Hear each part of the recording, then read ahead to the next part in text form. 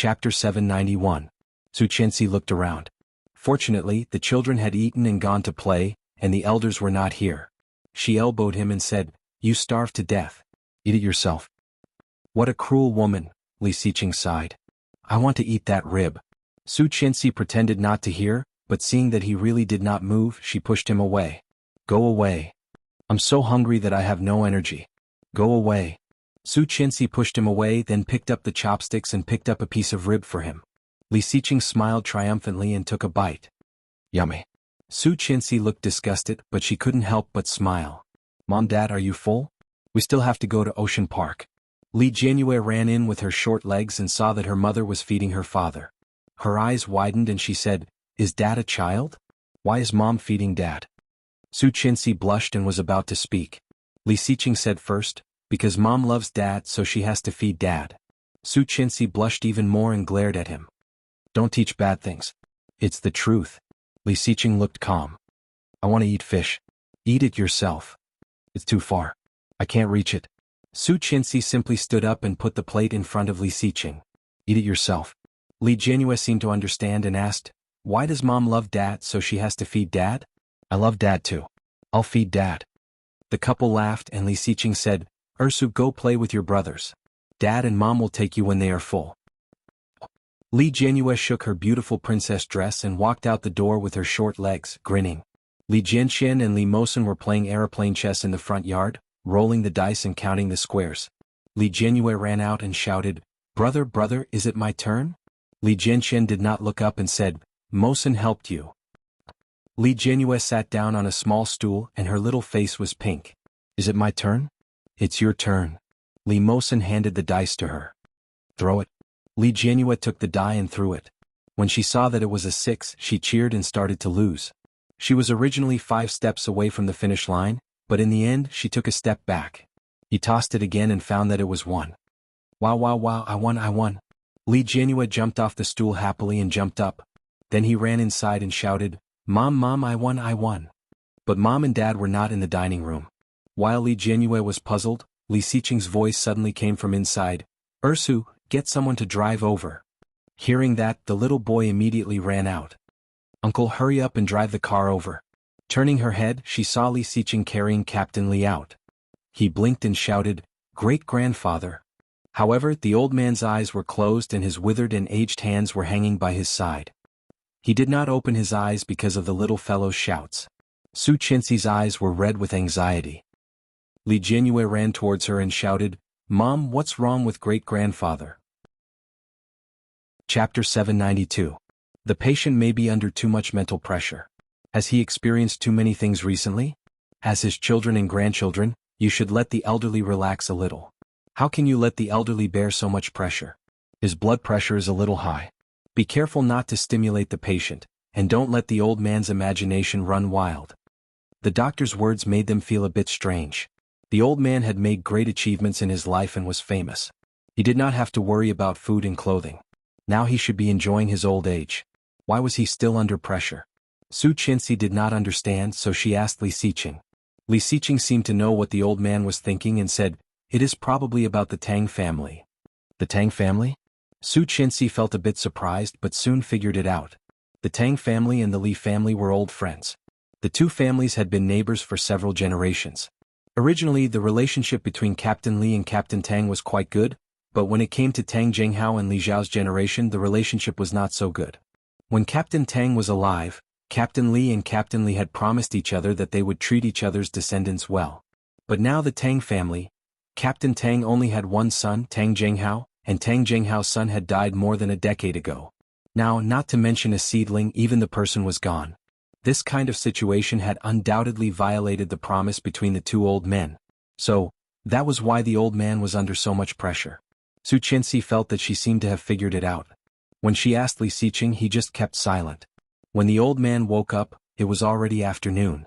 Su Qianxi asked around and found that what the old man was thinking was not far from what she had guessed. The old man's face was haggard. He looked a little older than yesterday. He sighed, "There are not many people left in the Tang family, and I killed Tang Menjing with my own hands. If I die, I am afraid old Tang will hate me." The old man's voice was full of self-blame and guilt. Su Qianxi felt a bit sad and called, Grandpa, right, Chan? Captain Li looked up at Su Chenxi with his cloudy eyes. Can you help me call Xiao Lu over? Yihan? Su Chenxi was dazed, not expecting Lu Yihan to be mentioned. The old man nodded and lowered his eyes in guilt. I've let that kid down. Let him come over and let me apologize to him in person. He was the one who gave Lu Yihan hope. If it weren't for him, Lu Yihan wouldn't even dare to think about it. He thought Li Xiqing was dead, so he had done too many wrong things. Grandpa, wait a minute. I will make the call. She patted the old man's hand and dialed Lu Yihan's number. There was a type of person who wouldn't visit a temple for no reason. At noon, Lu Yihan was having lunch when he suddenly received a WeChat message. The sender was a name that he hadn't heard for a long time. You Lily. You Lily, Lu Yihan, are you there? Lu Yihan, yes. You Lily, voice, I want to borrow some money from you. Lu Yihan, I know it's you. How much do you want? You Lily, 200,000,200,000 was not a lot, but it was not a small amount. When you Lily typed this number, she felt nervous and complicated. She was afraid that he would refuse and ask. After all, in his heart, she was already unbearable. Would he think that she was trying to cheat him of his money? Chapter 793. 200,000 was neither a lot nor a small amount. However, people like you Lily cared a lot about her reputation. If it was not a last resort, she would not come to him to borrow money. Thinking about it, Lu Yihan asked, what do you need it for? Yuli, well, it's a long story. I'm so unlucky. Lu Yihan, not good. Yu Lily thought about it, and when she was about to explain, she received a message from Lu Yihan. There were only 2 words, account number. Yu Lily's eyes were hot and she almost burst into tears. For people like Ming and Li Xiqing, this amount of money may really be just a fraction. But for Lu Yihan, who had just started his career, this amount was definitely not a small amount. However, he directly asked her for her account number, which made Yu Lily almost burst into tears. She took out her wallet and sent the account number. While eating, Lu Yihan transferred money to her using his mobile bank account. After the transfer, he sent her a screenshot and said, done. Yuli, thank you very much. I will return it to you as soon as possible. Lu Yihan, you are welcome. Lu Yihan, where are you now? Why haven't I heard from you recently? Yu Lily felt a bit ironic. Lu Yihan really did not care about her at all. She had left Kingstown for 4 years, and he actually said that he had not heard from her recently. Thinking about it, she replied, I am in the south of the rosy clouds, beautiful Dolly, traveling. Lu Yihan, I am so happy. Yuli, it's just that I have been unlucky recently and encountered something. Hey, I will tell you more when I get back. Lu Yihan, okay. Yu Lily breathed a sigh of relief. There was finally $500,000 in her card. However, the money she owed Lu Yihan had to be paid as soon as possible. What kind of work could make money quickly? In addition to selling her body, what else could she do to make money quickly? Yu Lily took a sip of mineral water, rummaged through her bag and found the white business card. Night Jungle Floor Manager, how you? After Lu Yihan transferred the money to Yu Lily, he quickly finished his meal. His partner, who had a good relationship with him, came over, put his hand on his shoulder and said, let's go out for a barbecue tonight and drink together. Okay. Lu Yihan put the phone away and closed the lunchbox. Where are we going? The same place? Bring your roommate as well. That kid is quite fun. He doesn't look young anymore, right? Introduce him to a few girls. As he said that, he had a wretched smile on his face as if saying, you know what I'm talking about. Lu Yihan pushed him angrily and said, go away, he has a girlfriend, and now he has moved out to rent a place with her. Really? Her colleague obviously didn't believe it. You're no longer single? Nonsense, why would I lie to you? You still have to find them and teach them some techniques to get rid of singlehood. I'll leave it to you. I'm going to ask someone else out. He won't go. Lu Yihan made a direct conclusion, but he did not intend to contact Luo Zhan. His colleague looked displeased. Then you should contact him too. Give me your phone, I'll make the appointment. Seeing the outstretched hand in front of him, Lu Yihan sighed and said, forget it, you go to ask someone else, I'll make the call. Did you quarrel? What do I have to quarrel with him? Go away, I'll make the call. Lu Yihan found Luo Zhan's phone number and dialed it. Chapter 794. What the hell? Can't get through? Lu Yihan dialed again and the result was still the same. The colleague came over again and Lu Yihan deliberately turned on the speaker. Look, I can't get through. The signal is not good. Let me do it. The colleague copied Luo Zhan's number and called with his own mobile phone number, but it was quickly connected. Hearing the classic ringtone, Lu Yihan was dumbfounded. The phone was quickly connected and Luo Zhan's slightly frantic voice came over. "Hello. Look, it's a problem of luck. I got through as soon as I called." The colleague handed his mobile phone over. "Answer the phone." This subtle voice also fell into Luo Zhan's ears and he asked angrily, "Who is it?" Lu Yihan clearly saw him in Ireland a few days ago, but hearing this voice, Lu Yihan felt that he hadn't seen him for a long time. Holding the phone, Lu Yihan felt a little embarrassed. When he met the colleague's urging eyes, he said, "It's me." He thought that there would be a different reaction, such as silence, hanging up directly, or starting to talk about the past. However, to his surprise, there was an angry voice on the other side shouting, "Who are you?" Lu Yihan was silent for a moment and said, "I haven't seen you for a few days and you can't even recognize my voice?" On the other side, it was indeed Luo Zhan's voice. It didn't sound like he was unconscious, but how could he not recognize his voice? "Ah, this is Luo Zhan's mobile phone. What the hell, I thought it was mine. Wait a minute." The person on the other side seemed to shout, "Luo Zhan, brat, why did you put the phone in my room? Do you want to die?" Lu Yihan was silent for a moment, feeling that the scene was a bit strange. The voice on the other side soon became louder, asking, "Who are you?" It was indeed Luo Zhan's voice. Except for the tone, there was no difference from usual. Lu Yihan felt a little annoyed, laughed and asked angrily, "Luo Zhan, do you cosplay?" Luo Zhan is dead asleep. He will ask who you are before deciding whether to answer the phone or not. Lu Yihan. Unable to talk anymore, Lu Yihan directly hung up the phone. About a few minutes later, the other side called again. The phone had fallen into the hands of a colleague, who glanced at it and threw it to Lu Yihan. Lu Yihan glanced at the phone number and recognized it was Luo Zhan's at a glance. Stunned, he answered the call. Soon, a sleepy voice came from the other side. "Hello. Who is it?" Hearing this, Lu Yihan was a little angry and said impatiently, "Hey, is it fun?" After a moment of silence, the voice seemed to have sobered up a little and said, "It's you. What's wrong? What's the matter?" In that case, he had recognized him. Lu Yihan was even more annoyed. "My colleague asked you to go to an outdoor barbecue tonight. Bring your girlfriend." "Girlfriend?" Luo Zhan was slightly taken aback, but he quickly recovered. "She's busy. What time is it tonight?" Acting. How could Luo Zhan have a girlfriend? Lu Yihan said in a bad tone, "I don't know. I'll let you know when the time comes. I'm busy." But Luo Zhan quickly hung up the phone. After confirming that he hung up the phone first, Luo Zhan inexplicably felt a little happy. Lying down comfortably, Luo Zhan threw the phone aside, but he couldn't fall asleep. Lu Yihan actually asked him to go to an outdoor barbecue and asked him to bring his girlfriend? Suddenly sitting up, Luo Zhan grabbed the phone and dragged his number out of the blacklist. "Wan Lily, are you guys having a quarrel?" Lu Yihan. "Some Luo Yi is so childish at such an old age, I can't stand it." Chapter 795. Lu Yihan continued to work. At about 4 o'clock in the afternoon, he suddenly received a call from her. Seeing the two flashing words, Lu Yihan felt like he was dreaming.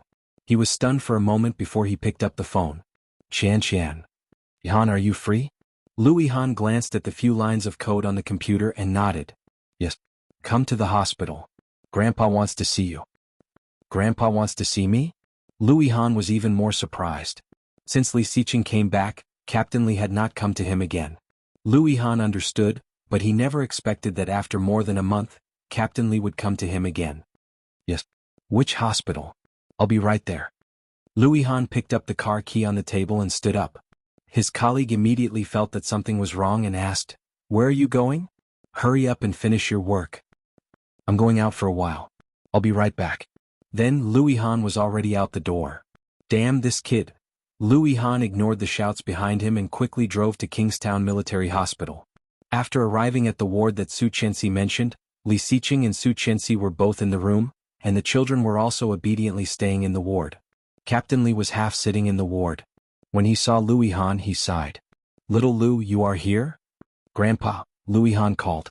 Lu Yihan felt sorry for the old man. This old man was a little older than the last time he saw him. Lu Yihan used to see him often, so he didn't think so. This time, after more than a month, he realized that the old man was not young anymore. "Xiqing, Qian, take the children out first. I have something to say to Lu." Li Xiqing glanced at Lu Yihan and nodded. Then he picked up his daughter and walked out. Louis Han and his grandpa stayed in the ward for more than an hour before Louis Han came out. Seeing him come out, the eyes of the people guarding outside the ward all fell on him. "What did Grandpa say to you?" She looked at Louis Han and asked. Louis Han smiled and shook his head slowly. "This is a secret between me and Grandpa." Stepping forward, Louis Han patted Li Xiqing on the shoulder and said, "Take good care of Grandpa. I still have something to do, so I have to go."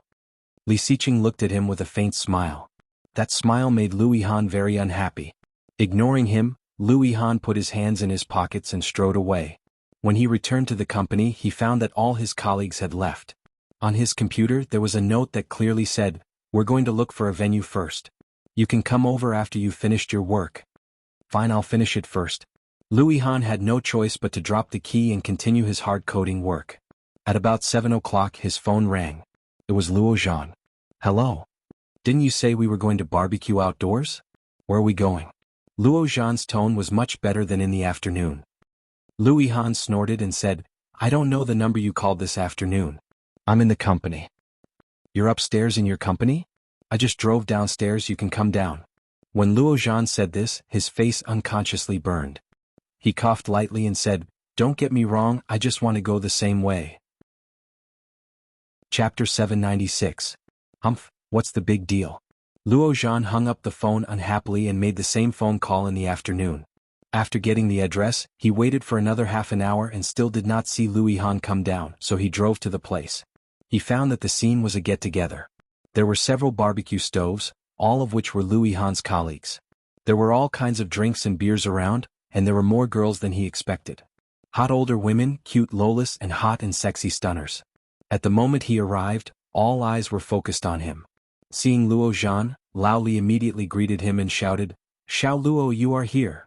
Luo Zhan was stunned, pointed to the beauties around him and said, they are the beauties in Xingfeng which we cooperate with. What do you think? Beautiful, right?"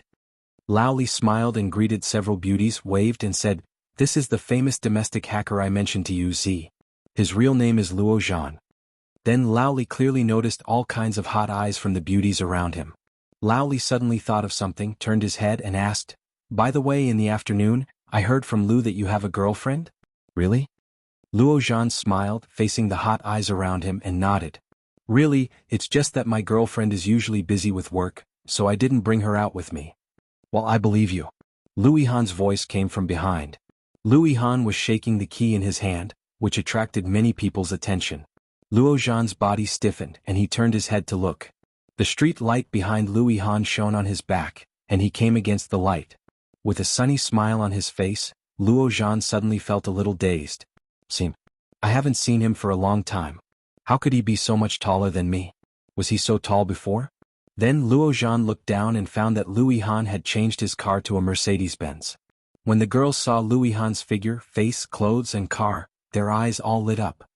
"This is the boss of our company, Louis Han. You should know him, right?" Old Li introduced, looking a little indignant. "This guy is 26 years old this year and he's still single. If my female compatriots fancy him, they'd better hurry up." As soon as he said that, the girls chatted even more enthusiastically and many of them walked towards him. Luo Zhan shook his head, took a bottle of beer from the side and sat on the side. Louis Han was pestered by the girls. With a smile on his face, he quickly said he needed to go to the bathroom and ran away. In the blink of an eye, Luo Zhan drank more than half a bottle of beer. He was also a little anxious, so he followed him to the bathroom. But before he walked in, he heard a woman's exclamation. A beautiful and sexy woman happened to bump into Louis Han at the door of the washroom. The bag in her hand suddenly fell to the ground, and the contents inside were scattered all over the ground. Mascara, foundation, eyeliner, wallet, Luo Zhan sneered. Trap. It was full of tricks. Chapter 797. Then the man apologized affectionately and said, "I didn't mean it." At this time girls would blush, turn their heads and then, "Damn!" Luo Zhan cursed. Louis Han squatted down to pick it up, but the woman's level was much higher than Luo Zhan had imagined. Squatting down was fine, but she was showing cleavage. My God. Which man could stand it? No one noticed that Luo Zhan was watching. Louis Han looked straight ahead and said while helping her pick up the things, "Sorry, I didn't see you just now." The woman looked at Louis Han and said, "It doesn't matter. I saw you. You seem to be absent-minded." I had already avoided you but you still bumped into me. Tell me, how do you want to apologize to me? Damn. Luo Zhan deeply felt that he had underestimated the tricks of this world. Lu Yihan felt a little embarrassed and said, "Are you from Xingfeng?" "Yes." The woman quickly took the things and chuckled. "Thank you." She was about to stand up, but the high-heeled shoes seemed to twist, and then the woman fell into Lu Yihan's arms. Luo Zhan was stunned. He only heard the woman scream, holding Lu Yihan's hand with both hands, and rubbing Lu Yihan's arm with her surging breasts. What a coquettish bitch. Luo Zhan felt that he couldn't stand it anymore and strode out, but he heard Lu Yihan's voice. "Are you okay?" "I'm fine. I just feel a little dizzy after squatting for a long time. I'll be fine after a while." Pretentious. What a pretentious bitch. Luo Zhan strode up and shouted, "Lu Yihan." Lu Yihan looked back and saw that he was obviously not very happy. He asked, "Are you looking for me?" "No." Luo Zhan glanced at the woman and said, "Don't you want to go to the bathroom? Let me help you. Your kidneys are already weak. Don't hold it in." The woman's face turned a little ugly and she looked at Lu Yihan strangely. Kidney deficiency? He looked tall and powerful, but she couldn't tell that this kind of man had kidney deficiency. Under such a gaze, Lu Yihan's originally calm expression also cracked a little. Before he could speak, Luo Zhan reached out to help the woman. The beautiful woman hurriedly stepped back and said, "No need, no need. Mr. Lu, just go." "Oh, you're not dizzy anymore?" Luo Zhan's tone was a little sharp, but after saying it, he realized that he seemed to be a little sarcastic. He coughed lightly and pretended to be happy. "That's great. Let's go back first. It always takes him a long time to go to the bathroom." Luo Zhan. Lu Yihan's face darkened as he roared. Luo Zhan pulled the woman back and said, "You're welcome. This is what I should do."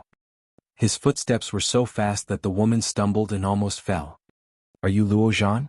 The woman obviously knew him and asked, "What's your relationship with Mr. Lu?" "Oh, we lived together for a while." "You don't live together anymore?" "Yes, this guy has too many bad habits. He doesn't like to be clean, he doesn't like to take a bath or wash his feet. More importantly, he doesn't like to flush the toilet. I can't stand it. He likes to sing every morning and his singing is terrible. In the beginning I tried to persuade him, but later I found that I couldn't persuade him, so I moved out. Sai, this kind of person is unlucky." The woman looked understanding and smiled awkwardly. "That's not very good. Isn't it?" The few girlfriends he had couldn't stand him. "Oh, by the way, do you like him?" "Wan Lily, gee, I didn't expect you to be like this, Lu Yihan." Chapter 798. The woman smiled, shook her head and said, "No, I just accidentally bumped into him. I thought you were interested in him. Why don't you choose me instead of him?" Luo Zhan smiled with satisfaction. Before the woman said anything, he walked toward the crowd. The woman looked at Luo Zhan's back gratefully and muttered to herself, "He looks very tall and handsome. I didn't expect him to be such a person. Ah, what a pity." When Lu Yihan came out of the bathroom, many girls looked at him differently. Luo Zhan was drinking beer with Lao Li and there was a girl sitting next to him. They seemed to be chatting very well. Lao Li thought that Lu Yihan must be the most popular person tonight, but who knew that the limelight was stolen by Luo Zhan. Lu Yihan was also at ease. He talked with his colleagues for a while. Seeing that more and more people surrounded Luo Zhan, he also walked over with a beer bottle. Luo Zhan was talking to a girl about watching a movie. The girl looked coquettish and shouted, "Little bunnies are so cute. Why do you eat little bunnies? It's too cruel." Luo Zhan laughed out and said, "Little bunnies are very cute. Why do you also eat little bunnies?" The crowd burst into laughter and someone directly spat out a mouthful of beer. The girl blushed on the spot, stamped her feet and said coquettishly, "Luo Zhan, you are so bad." "I said chicken. You can say little bunnies. Why can't I say little bunnies?" Luo Zhan looked innocent and shrugged. Lu Yihan inexplicably felt a little uncomfortable. This guy was really easy to attract. So was he single just because he liked men? Otherwise, with his glib tongue, how could he not have a partner? Lu Yihan pouted, got up, took out the key and left after saying goodbye to his colleagues. Looking at the time, it was only 9 o'clock in the evening. So boring. Lu Yihan drove past the famous bar street in Kingstown, but suddenly he saw a familiar figure. At the moment he was walking out with a girl wearing a cool black leather coat looking a little handsome. Suddenly stopping, Lu Yihan looked over. That figure, that face was clearly Luo Zhan. However, wasn't Luo Zhan still barbecue outdoors? How could they get here so quickly? Moreover, he changed his clothes too quickly. He was clearly wearing a set of loser sportswear just now.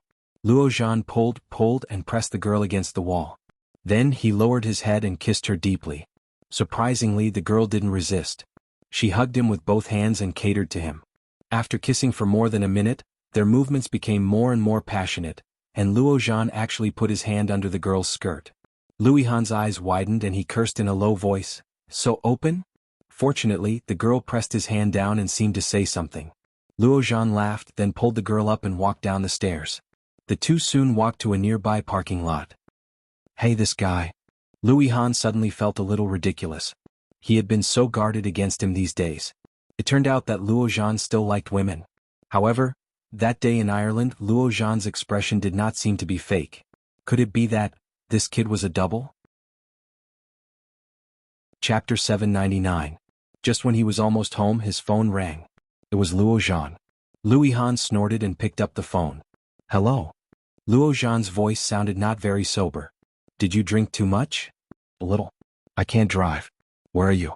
His voice did sound a little drowsy, but Luihan didn't want to talk to him anymore.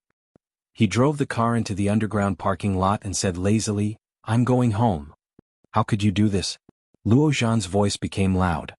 You didn't say anything. I was drunk to death by these girls. Luihan snorted, unfastened the seatbelt, opened the door and didn't care. I see that you are also having a good time. Let the girl just send you back or the two of us can go to a room and have fun. That's all. Bye. Luo Zhan's phone was hung up. He scratched his head in annoyance and scolded, You have no conscience. Damn. Do you have to be so careful? Luo Zhan, what are you doing inside? The beauty is waiting for you. Lao Li shouted. Luo Zhan put away the phone and shouted, I know. In the luxurious bar, all kinds of beauties came and went. Some were enchanting and some were energetic. Many men swept their eyes over the beauties, looking for their next target. Among them, a woman in a red dress was the most eye-catching. Many men at the scene were attracted by her, which made her unhappy.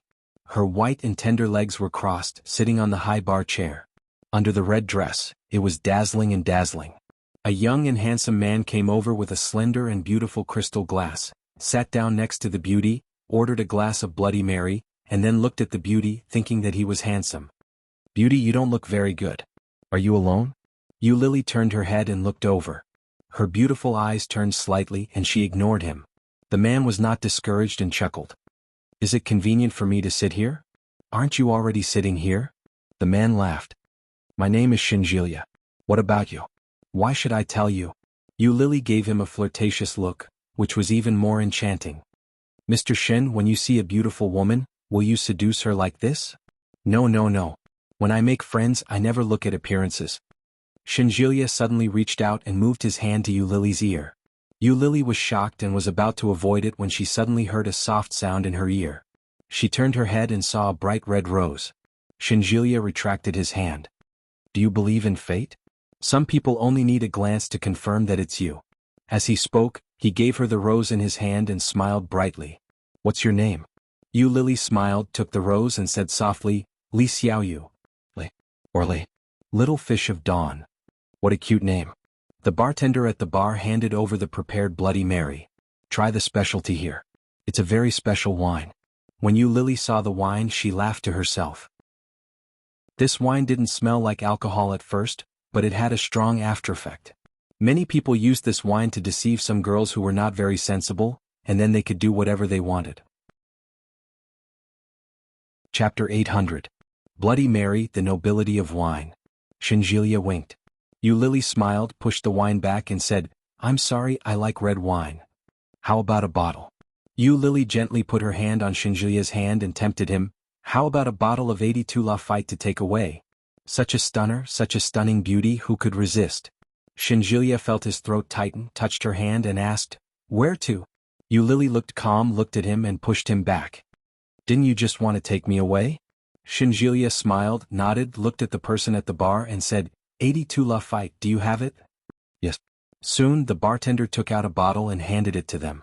While Shinjilia was paying the bill, Yu Lily got down from the high bar chair and whispered, I'm going to touch up my makeup first. Wait for me for a few minutes. Shinjilia believed it, looked at her affectionately and nodded. Okay.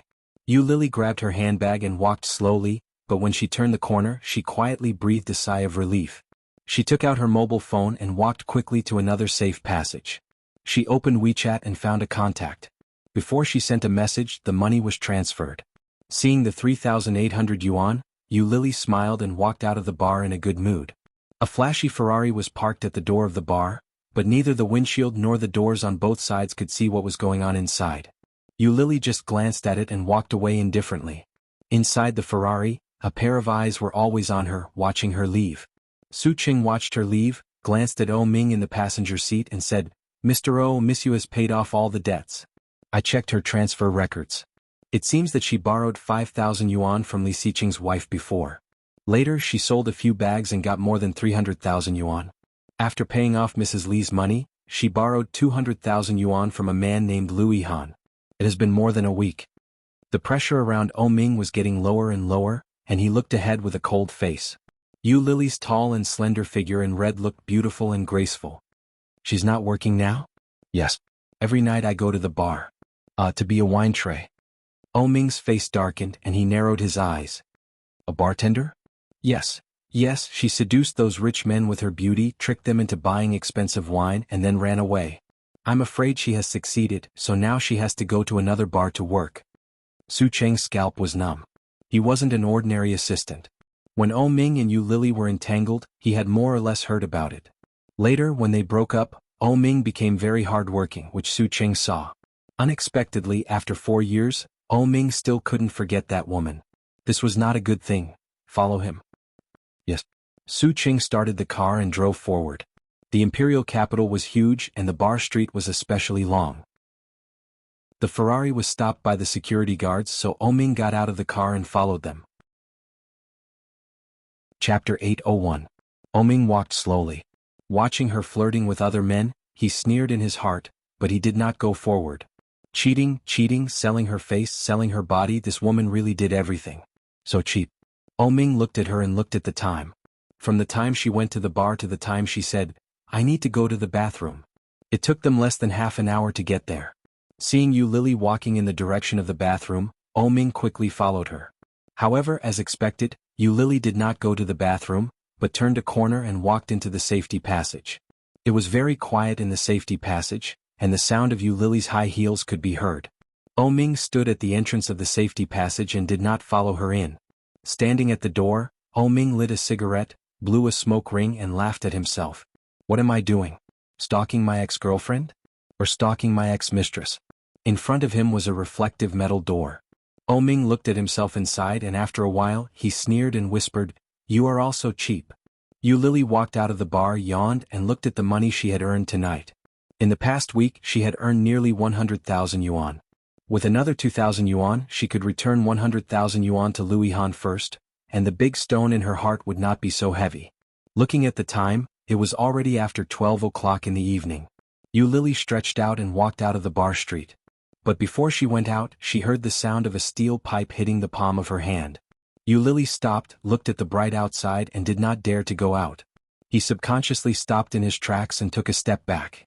However, someone suddenly shouted outside, "Stop!" Yu Lily's heart was even more shocked. She strode back and turned to escape. But suddenly, a hand reached in and pulled her out. Yu Lily shouted angrily, "What are you doing?" But the person who reached out to catch her did not have any pity, grabbed her and threw her to the ground. Yu Lily was caught off guard and fell to the ground. Her elbow was burning and when she looked down she found it had been rubbed. However, the light that shone on her body was immediately blocked by those tall figures. She looked up and saw 4 to 5 men with tattoos on their arms, each holding a steel pipe. They were looking down at her with sinister expressions. "What do you want to do?" Yu Lily shrank back in fear. "Help. What are you doing?" "Shut up." The men with big tattoos looked at her and one of them was chewing gum. Suddenly he spat out the gum and spat it on Yu Lily's head. Yu Lily exclaimed and quickly slapped away the chewing gum. "Take out your phone." A man reached out with a steel pipe in his hand. "Isn't it easy to earn this kind of money? So many fools have been taken advantage of by you so much that even their parents wouldn't be able to recognize them. Feel good, right? Cell phone." Yu Lily's body trembled and she took out her cell phone with a trembling hand. The man took the cell phone and sneered, "Oh, it's the latest iPhone. Unlock it." Yu Lily unlocked the screen. The man clicked into WeChat and went straight to the WeChat wallet. He looked like he had seen a ghost and shouted, "Wow, more than 90,000 yuan. So much money you can spend it? Anyway, it's so easy for you to earn money. Come on, tell me what's the payment password." Chapter 802. Yu Lily looked at them and gritted her teeth. "I need this money to pay off my debt. I owe hundreds of thousands of yuan. If I don't pay it, I will be beaten to death." Yu Lily looked at them with red eyes and looked like she was about to cry. "Please, I'll give you half of it, okay? Leave some for me to eat." "Oh, the little beauty is begging us, but you can rest assured that we only want money. Be good, don't be rude. What's the password? Just transfer it to us." He played with the phone and looked surprised. "It turns out that you don't need a password. Come on, open the lock." Then he pulled Yu Lily's hand forcibly. "Good girl, I'll help you withdraw cash. Just give me the card. Tell me the password and I'll get it myself." Yu Lily grabbed her hand desperately, and her tears were about to fall. She shook her head and said, "I really owe a lot of money and the date of paying off the debt is coming. You are forcing me to the road to death." "Don't say that. We are all in the bar street. Who doesn't know each other? Look at your famous brands. Who will believe that you owe money?" The big man sneered. "I've been watching you for a long time. Several brothers have asked me about you. If you don't give me money, I will give you to the police. You think you are a bartender, but in fact you are a swindler. What's the difference between you and us?" As he spoke, he had pressed his finger on the middle button. The withdrawal was successful. Another man squatted down and grabbed Yu Lily's bag. After finding the card that had just been withdrawn, he asked, "What's the password?" Yu Lily looked at them full of despair. Suddenly he heard footsteps behind him. This was the safe passage for employees to go to and from work. At this time there should be few people going in and out. Everyone turned to look at the passage. Under the golden lights on the roadside, the passage looked particularly dim. There was smoke coming out of it. The smoke was very thin and it was obviously the best tobacco. The sound of leather shoes came out and everyone saw a straight and tall figure. Dressed in a burgundy checkered suit, he walked out leisurely, holding a cigarette between his long fingers. His eyes were slightly narrowed as he walked out. Slowly looking around, Ming slowly exhaled a mouthful of smoke and asked, "What are you doing?" Yu Lily didn't look back, but when she heard the voice, her breathing suddenly quickened. Even her heartbeat seemed to suddenly slow down and her back stiffened. She didn't dare to look back, but she could clearly sense that he was behind her. The wondrous feeling was like a tide surging over her head, robbing her of her thoughts and defeating her inch by inch. When the big flowery arms saw Ming, they all straightened up in displeasure and shouted, "Who are you?" Ming stood there calmly. Suddenly his phone rang. His movements were neither too fast nor too slow, exuding a natural aristocratic aura. Ming picked up the phone, puffed out a smoke ring and grunted in acknowledgement. "Behind the European First Day Bar, the safe passage is here." Ming's voice was not flustered at all, as if he was just chatting with the person on the phone. But when the person in front of him heard it, his face changed and he roared, "Hey, stinky boy." Then he swung the steel pipe out with a threatening face. Ming suddenly raised his eyes. His pair of shimmering peach blossom eyes seemed to flash with a sharp light, as if they were sharp blades. Such an attitude caused that person to laugh out loud in anger. He cursed, "Bastard." He swung the steel pipe and threw it toward Ming's face. Author's Weibo, Uncle Wan Lily VIP Group, 55194939. Chapter 803. Ming didn't seem to notice it. Yu Lily exclaimed, "Be careful." Almost at the same time, Yu Lily got up from the ground, but in a moment she heard a dull bang sound. She opened her eyes wide and looked at the top of her head. She saw Ming reach out and hold the steel pipe firmly in his hand. He was unarmed, but he was not at a disadvantage. Holding the phone in one hand and the steel pipe in the other, he looked at the man with tattooed arms. His eyes narrowed slightly and he seemed to chuckle. Then he twisted his big hand and under the shocked eyes of the big man, he hooked his elbow up. While the big man's attention was on his elbow, Ming's eyes flashed with the light of success, and when the big man was unprepared, he kicked the man's weakest point. The big man screamed, bent down and covered his lower body, and his face changed dramatically. Such a scene made everyone's face change on the spot, and they stepped forward with the steel pipe. But Ming was not afraid at all, and his voice did not fluctuate at all. He said slowly, "Well, okay, by the way, bring the police here. There is a robbery here and tell them that Ming asked them to come." Ming. Hearing these two words, everyone's expression changed, and the originally surging and powerful aura suddenly became dull. Ming didn't seem to notice the changes in front of him. He smoked the last puff of the cigarette, squinted his eyes and threw the cigarette butt on the ground. His leather shoes gently stepped on it, and the fire disappeared under his shoes. "Wait a minute. You're Ming?" one of the big men asked. Ming squinted at him and did not answer. Instead, he stretched out his hand and said, "Give it to me." What? What did they take from you? Ming looked at Lily and asked. Hearing this voice, Lily almost couldn't hold back her tears. There was a surge of heat in her eyes, but soon she calmed down and said, "Mobile phone and bank card." "Give it to me." Ming stretched out his hand and looked at them coldly. The big men looked at each other and finally handed the mobile phone and bank card to Ming. "Don't call the police, let's go right now." While speaking, he looked straight at the mobile phone in Ming's hand, which was still on the call page with a little pleading in his eyes. Ming's eyes turned cold and he shouted, "Get lost." They all heaved a sigh of relief at the same time, picked up the steel pipes and ran. Ming threw the phone and the card back to Lily and walked away. He actually didn't even look at her. Lily felt a little frustrated. She gritted her teeth and shouted, "Wait a minute." Ming acted as if he hadn't heard anything. His footsteps were light but his speed wasn't slow. In 2 or 3 steps he was already far away. She picked up the things and chased after him in her high heels. She shouted, "Ming." The frequency of Ming's footsteps did not change at all as he strode forward. Lily was angry and roared, "Ming, stop right there." Ming's footsteps came to a halt. Ming, stop right there." Such a tone, it was no different from how it was in the past. It was as if the person standing behind him was still the old Lily.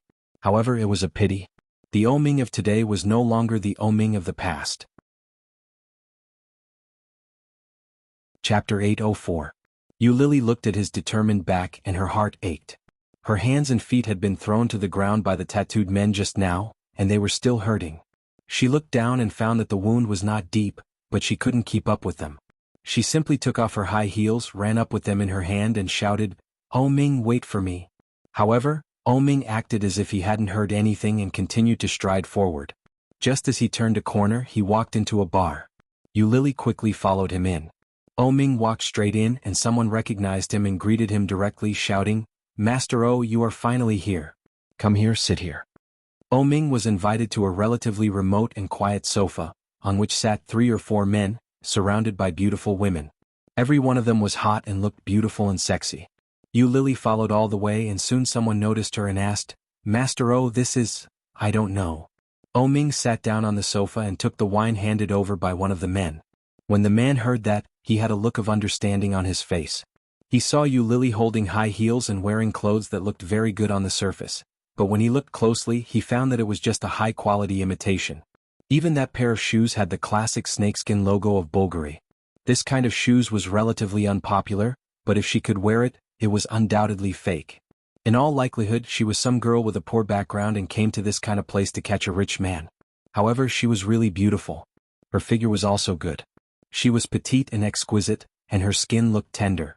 If she could have sex with him, it would be worth the money. The man thought he had seen through her, so he greeted Lily, raised his eyebrows and said, "Hello, I am the second young master of Enling Group." However, Lily ignored him, looked straight at Ming and said, "I have something to say to you. Can you come out for a moment?" She had a lot of words to say to him. She had accumulated a lot of words for 4 years. In the past 4 years, there was not a day that she didn't miss him. Especially when she was desperate a few days ago, she missed him so much that she almost went crazy. Ming squinted at her, took a sip of wine with a smile and did not speak. Holding a glass of wine, she coiled around him like a water snake and said in a sweet voice, "If every woman pesters him like you, our Master O will be busy to death. Master O doesn't want to talk to you now. I advise you to go out quickly. There may be some hope to hook up with other rich men, but Master O." Hee, that's right. A young lady also came over and stood on the other side of Ming. "The #1 bachelor in the capital is our Master O, and the #1 dream lover of single women in the country is also our Master O. You should be happy to see our Master O. Let's go." Lily put her shoes down and quickly put them on. She looked at Ming with a pair of beautiful big watery eyes that seemed to be able to speak to him. There wasn't even a single word, but there was a dazzling halo that made people unable to help but pay attention to it. Chapter 805. Since when can anyone come in our bar? Ming took a sip of wine and looked at second young Master Chu. Don't you think it's a bit degrading to let such a person in? These words were like a sharp arrow, piercing her heart, and she was instantly dripping with blood. Who was Ming talking about? Lily looked at him, pursed her lips, and did not move. Didn't you hear? You are standing here and degrading us. Go away. A young lady held a glass of wine, and under her long false eyelashes, her eyes were full of contempt. You have been driven away like this, but you still don't leave. You are too cheap, aren't you? Another young lady echoed. Who do you think you are? Shut up. Lily looked at them and shouted with a sullen face, I am talking to Ming. Can you replace him? When the two women heard this, they were speechless and looked at Ming. Ming lazily looked at the sofa with his legs crossed, as if he had not heard their words. His other hand was holding a mobile phone, and no one knew what he was looking at. Second young Master Chu wanted Lily to stay. At this moment he quickly said, Well, let's not talk about it. Anyway, today is my birthday. Everyone should give me face and talk less. Waiter, bring the cake up. The waiter quickly took the order and brought up the cake. A group of people sang the birthday song, but no one invited Lily to sit down. Second young Master Chu cut the cake, and the young lady sitting next to Ming immediately came to take a piece of cake, handed it to Ming and said, Master O, come and eat the cake. Ming avoided it with disgust, and his eyes fell on Lily, who was standing next to him, and said, Haven't you left yet? Gee, you want to get along with me alone. Is it because you want to do something bad to me? Ming's words made everyone on the scene laugh. Lily looked at him all the time, and her eyes were stubborn. I have a lot to say to you. Say it now. Ming straightened up, put down his crossed legs and looked at Lily. You have finished, get out of here. Lily breathed quickly and her eyes were slightly hot. Looking at his sloppy face, she said seriously, I really have something to tell you. Alone. Sure enough, you're plotting against me. Leave, I'm not interested in a slut like you. Ming wrapped his arms around the two young ladies beside him. The two women saw the surprise in each other's eyes and snuggled up to him. Don't let me see you in the future. You spoil my appetite. Ming. Lily took a step forward. Suddenly, her hand accidentally hit a hand that was holding a cake. The woman on Ming's right side cried out in surprise.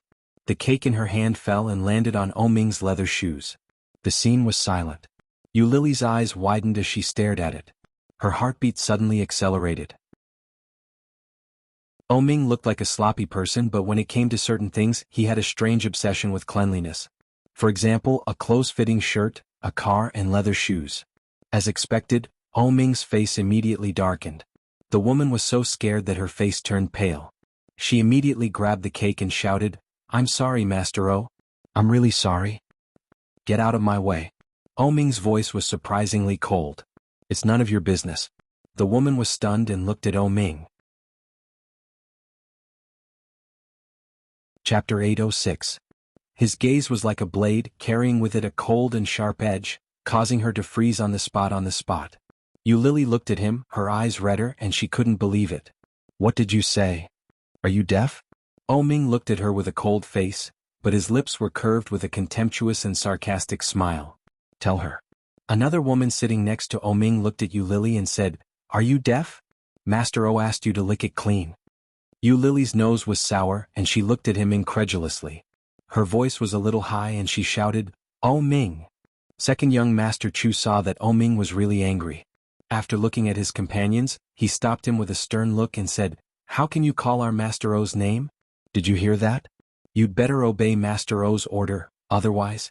Ming squinted his beautiful peach eyes slightly, put his feet on the table in front of him, lifted his toes and said with no expression, Lick it clean, otherwise, you'll have to bear the consequences. The woman who was still desperately apologizing, seeing such a situation, stood up, went behind Lily, pushed her hard and said, Didn't you hear? I asked you to lick it clean. Lily's breathing became more and more rapid, and her eyes became redder and redder. Looking at Ming's shoes covered with cake in front of her, she was pushed and staggered. However, her body was still straight and she looked at Ming and said, Oh? As she spoke, her nasal voice became more and more heavy. Do you have to humiliate me like this? Hearing that, Ming suddenly laughed. He lowered his head and looked down. That delicate and beautiful face was indescribably evil. Ming's beautiful and coquettish face made the girls at the scene couldn't help but stare at him, and their cheeks became slightly red. Humiliate? Ming repeated these two words and his smile became wider.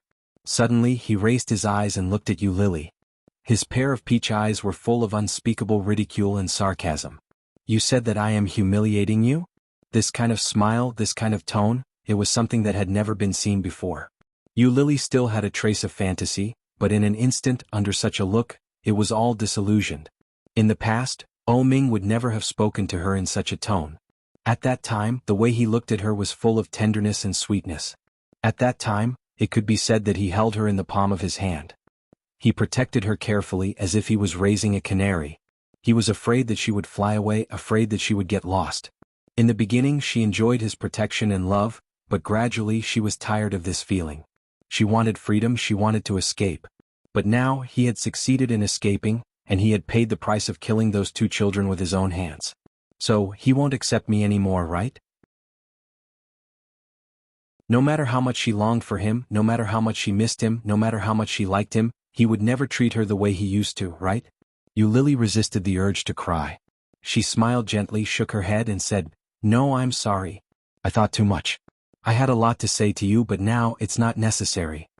Everything was already, there was no need. Just like that, the relationship between them completely ended 4 years ago.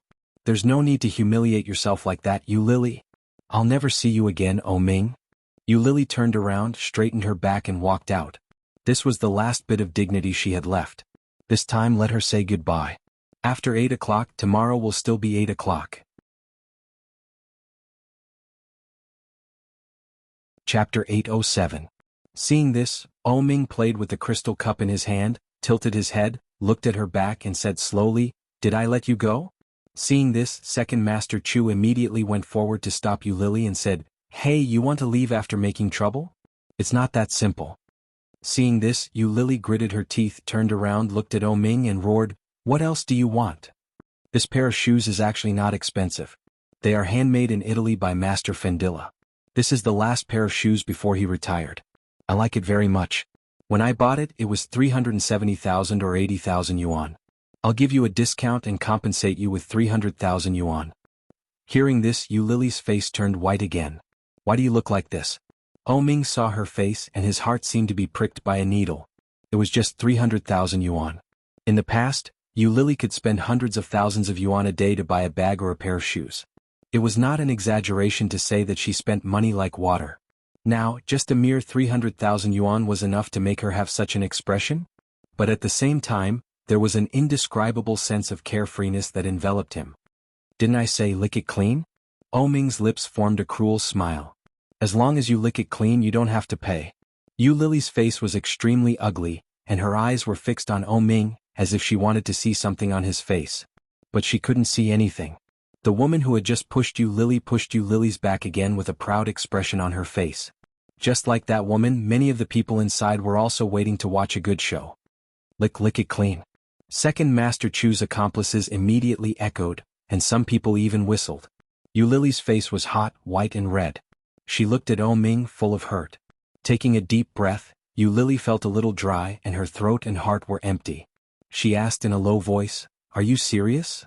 Ming laughed and crossed his legs on the table, revealing his shoes that were covered in cake. He leaned lazily on the sofa and said, 300,000 yuan. You can leave after you pay me on the spot. The people around started to make a ruckus, especially second young Master Chu's accomplices, who whistled even louder. Lily's hands hung by her sides, clenched into fists and said nothing. Anyway, you've been selling yourself for 4 years. You must have changed a lot of mistresses, right? It shouldn't be a problem to borrow 300,000 yuan from so many regular customers, right? Look at my bad memory. Given your hunger and thirst, how can an ordinary person satisfy you? With those men, it's probably just a one-time business deal. Tiske, no wonder you're so miserable. Didn't I teach you that you have to be more tolerant of some things? Ming. Hearing these 3 words, Ming smiled brightly, and it was a little cruel, which deeply hurt Lily's eyes. Pointing to his shoes, Ming raised his eyebrows. His peach blossom eyes were deep and it was hard to see his emotions. He said, "Look at you, I don't think you can borrow it. Come on, lick it." The expression on Ming's face was no different from his usual appearance. It was so understated and so casual. It seemed that it was fun to tease her like this. Chapter 808. The young lady next to Oming laughed and encouraged, "Lick it. It's tiring to do this business. How many times do you have to sell it for 300,000 yuan? It's much easier to lick it." That's right. Young Master O's shoes are very clean, and the cake is also very fresh. Just treat it as a different tableware. It's not easy to earn 300,000 yuan. Another lady chuckled with gloating eyes. Hearing such words around her, Yu Lily's eyes flickered. Looking at Oming's shoes, there was an obvious struggle on her face. Yes, it's 300,000 yuan. She worked herself to the bone, risking the possibility of being arrested and sent to jail, shuttling back and forth between bars every night as a bartender. Wasn't it for the money? 300,000 yuan. How much could some senior white-collar workers earn after working for a whole year? She worked as a wine carrier and had to be on tenterhooks every day to swindle those suckers. How much money could she earn after working for more than a week? As long as she bent down and licked it, she wouldn't have to compensate 300,000 yuan. Wasn't it better than making money by selling her body? At the very least, she didn't have to be labeled as a prostitute. At the very least, she earned it fair and square. She didn't have to be a sugar daddy or sell her body. She just sold her dignity, that's all. No. She had no dignity, hadn't she? What bullshit dignity. It had long been destroyed when she had no money and was forced to find how to work as a bartender to make a living. If she had dignity, she would not have gone back to Haoyu. If she had dignity, she would not have followed Oming here with a glimmer of hope and been humiliated like this. It was too ridiculous to talk about dignity at a time like this. Yu Lily's eyes flickered. Suddenly she smiled and looked at Oming. When Oming saw the look on her face, the smile on his face became more and more sinister. However, the corners of his mouth became wider and wider, and the evil aura on his face became more and more unbridled, making it difficult for people to see his emotions. "If I lick it, you don't need my compensation, right?" There were tears in Yu Lily's eyes, but she stubbornly raised her head and didn't let the tears gather more.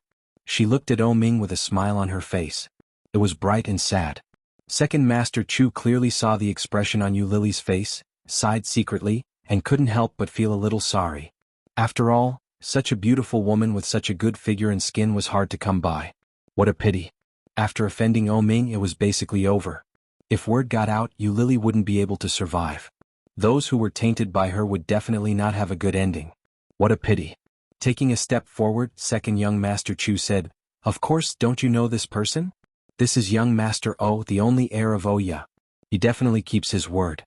She knew. Of course she knew. How could Yu Lily not know? Oming never went back on his words. "The only thing I regret is sleeping with a woman like you. Because of you, I killed my brother. Unless my second brother comes back to life, I will never have anything to do with you in this life." Yu Lily thought. She had no idea what Oming was thinking. Get lost. Be smart and don't appear in Kingstown in the future. Otherwise, I will find someone to kill you. Be *TC. Oming played with the wine glass and silently pointed to his shoes. "Oming," with a choked voice, Yu Lily bit her lower lip and said, "That diary, have you finished reading it?" That. Chapter 809. Diary. Oming thought of the diary and his eyes, which were half squinting lazily, suddenly became sharp and looked straight at Yu Lily, wishing to cut her into pieces. In that diary, Yu Lily's most brutal side was recorded. He never thought that the girl he had protected and raised for 3 years would have such a heavy heart and such cruel means. In order to break up with him, she killed her own twins. Did she really hate him so much? Oming withdrew his hand and his malice was obvious. He smashed the wine glass in his hand toward Yu Lily's body, and the delicate and clear liquid inside was immediately thrown out. The wine glass hit Yu Lily's abdomen and then fell to the ground. The crisp sound accompanied by the splashing of fragments came out at the same time. No one expected that Oming, who had always been calm, would suddenly make a move. Everyone was shocked and began to guess the relationship between him and Yu Lily. It seemed that they knew each other. Was it really an old lover relationship? Yu Lily stood in the same place, gritted her teeth and looked at him saying, "You haven't finished reading it, Oming." Yes, he hadn't finished reading it. He patiently read more than half of it from the beginning. Every word and every page was filled with her hatred for him. It was a diary full of hatred. The hatred was like a sharp knife, cutting him through the words. When he finally saw his twins killed by her, there was only one thought in Oming's mind: kill her. How could such a woman live in this world? Ming squinted and chuckled, changing the subject? Miss you, this trick works on your lovers but it doesn't work on me at all. Hurry up, don't waste everyone's time. It's supposed to be used for pleasure. Otherwise, do you think your licking is so valuable? Lily's heart was stuffy and she stared at him with red eyes. He was serious and he really hated her. Lily's heart was stuffy and painful. Under everyone's expectant eyes, she stepped forward step by step. Seeing Lily's action, the scene immediately boiled. Second Master Chu's companions whistled, and the ladies next to him held their hands and looked at her with interest. As she approached, she stared straight at him and said, "Now that the diary is gone, it's probably in Lida's hands." "So what?"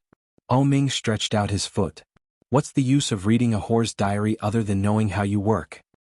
His words caused the surrounding people to laugh. Lily's fists hung by her side, and she gritted her teeth to hold back. Humiliation. Ming knew her too well. He knew best what kind of words would hurt her the most. Lily was well aware of that, so she sneered and pretended not to care. "You were the one who taught me all the postures that the whore, know. Weren't you happy when you were teaching me?" Ming stopped smiling and looked at her with a sullen face. Chapter 8:10. Lily saw his increasingly gloomy face and laughed happily. "You look tall and powerful, but in fact you only last 5 minutes each time. Oh, sometimes less than 3 minutes, and you are embarrassed to go to the doctor. Ming, this is an illness and you have to treat it." Hearing Lily's words, everyone looked at Ming in unison. Through their conversation, the bystanders already had their suspicions about their relationship. Hearing this topic at this moment, maybe it was true? Provoke me? Ming leaned lazily on the sofa and chuckled. "Are you sure you don't feel good every time?" Lily saw his smile and felt a little scared. She sneered. "Do you think you can? I can only pretend to have orgasms every time to cater to you, otherwise will you let me go?" Ming smiled and looked away, put his feet down, stood up and walked toward her step by step. Lily felt something was wrong and subconsciously pushed back. However, Second Master Chu behind her immediately pushed her. Ming opened his arms and held her in his arms. Lily's heart jumped, looked up at him and suddenly breathed quickly. "The distance between me and him is so close." However, Lily saw the gloomy look in Ming's eyes and she was alarmed. Before she could recover, her body was suddenly pushed and fell on the sofa. The beauty sitting next to her immediately avoided. Lily struggled to stand up, but before she could support her body, she felt a hot body covering her body. Unprepared, her lips were sealed. Ming's mouth had the smell of tobacco and liquor. The clear touch and smell told her that it was not fake. But this was still a public place. The people next to them screamed and sat aside excitedly. Lily's heart was in pain, and she struggled hard with her hands and feet. However, Ming easily grabbed her hand and raised it high above her head. Lily's hands were very thin, and one of Ming's hands was enough to hold both of them. "Every time you do this, can't you change your way of struggling, huh?" Ming's eyes did not contain any warmth, and there was even a sense of revenge in his peach blossom eyes. "Didn't you say that I didn't make you feel good? Why don't you try it in front of everyone?" Lily was so scared that she shouted, "What do you want to do?" Ming stuffed all of her words back into her stomach. His other big hand unscrupulously touched her waistline and easily tore apart her red dress. Lily only felt that her body was cold, and her chest was suddenly exposed, revealing the pink silicone. Everyone was even more excited and picked up their mobile phones to shoot videos. Ming's kiss was aggressive and punishing. His strong manly scent made her even more afraid. But inexplicably, as she twisted her body, she felt an indescribable numbness and she couldn't help but moan. Ming's eyes turned into crescents as he pulled her up. Wherever his big hands passed, the sound of clothes tearing could be heard. The tight waistline, full snow white, and the delicate porcelain-like skin were all you's eyes. And you was. Her tight waistline, plump snow-white breasts, and delicate porcelain-like skin all made one's blood boil. Lily.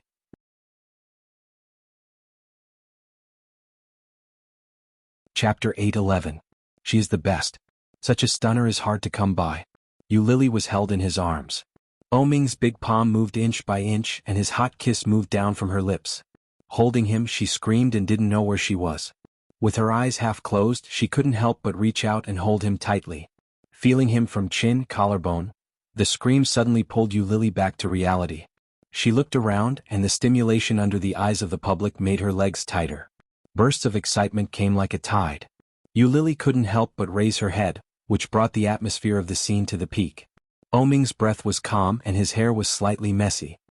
He pressed her on the back of the sofa and whispered with a smile, "So fast." The 3 words directly made Yu Lily feel even more humiliated. People around her were looking at her, and some people were taking photos with their mobile phones. On Oming's body, his clothes were still neat and tidy, but they were a little messy and they looked neat and blurry. And at this moment, unrestrained, unclothed, battered and exhausted, facing so many cameras and covering her face, Yu Lily pushed him away forcefully. Her eyes were red, and her tears were about to fall. But Oming didn't let go but lifted her torn clothes and said, "Is it good? Do you want to do it again? So many people are watching your performance. Don't let them down." Yu Lily's tears fell and she raised her hand to slap Oming's face. Slap. The loud sound made the people around quiet. The slap made Oming slightly tilt his head, and his eyes darkened. Yu Lily almost broke down and cried. She pushed him away, gritted her teeth, pulled up her clothes, picked up her bag, stood up and ran away. Being pushed like that, Oming's eyes darkened.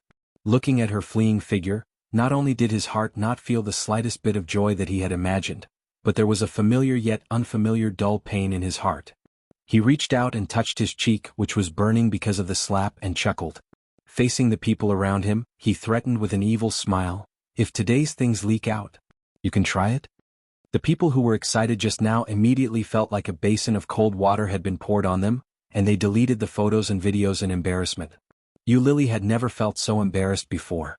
Her tattered clothes couldn't hide her body at all. Embarrassed, humiliated, what is self-respect? What is dignity? What is face? Nothing at all. Yu Lily stopped a taxi and gave the driver her address. She couldn't help but cry in the car. Seeing her like that, the driver was a little worried and asked, "Miss, what happened? Do you want me to call the police for you?" Yu Lily stopped crying and shook her head. By the time Yu Lily arrived at the newly rented house, it was already 20 minutes later. Stumbling on the bed, Yu Lily finally couldn't bear it and burst into tears. Why was it like this? Why was it like this? It shouldn't be like this. The humiliation that Oming had given her was 100 times, 1,000 times worse than what others had given her. He had never felt so dead in his heart and despair. Yu Lily walked into the bathroom with trembling legs. She looked at herself in the mirror and felt extremely sad. Chapter 8:12. None of the orphans abandoned in the orphanage had a proper birthday.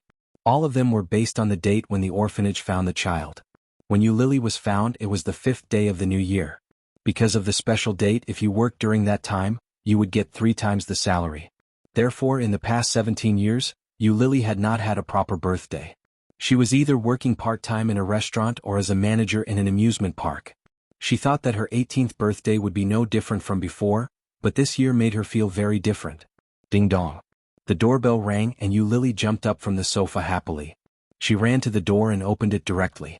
Seeing her like this, Oming frowned and said, "You didn't ask who it was before opening the door. What if it was a bad guy?" "It won't be." Yu Lily was a little excited and looked at his hand, which was holding a big cake. "Wow, there is really a cake. Haha, give it to me." Yu Lily took the cake from Oming's hand, bowed her head to smell it and walked in with the cake. Seeing this, Oming smiled and closed the door. He went in, took off his coat and put it on the sofa.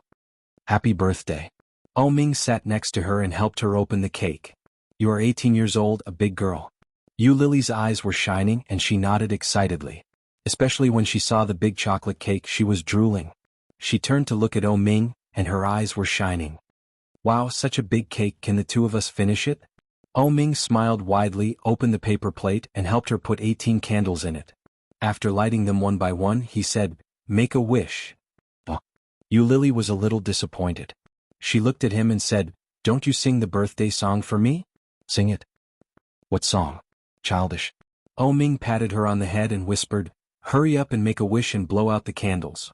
Yu Lily pouted and her cheeks were red in the candlelight. It was like being covered with a layer of orange light, but her smile became wider and wider. She said, "I hope that I can have cake on my birthday in the future." It was a simple birthday wish, but it made Oming's heart ache. His big hand touched her little head, and his eyes softened slightly. He said, There will be in the future." "Really?" Yu Lily looked at him with a smile. Her eyes were like bright stars. She turned her head, blew out the candle and said, I have never eaten such a big cake. I want to eat this flower. It's all yours. Eat slowly. Ming sat on the side and looked at her with a smile.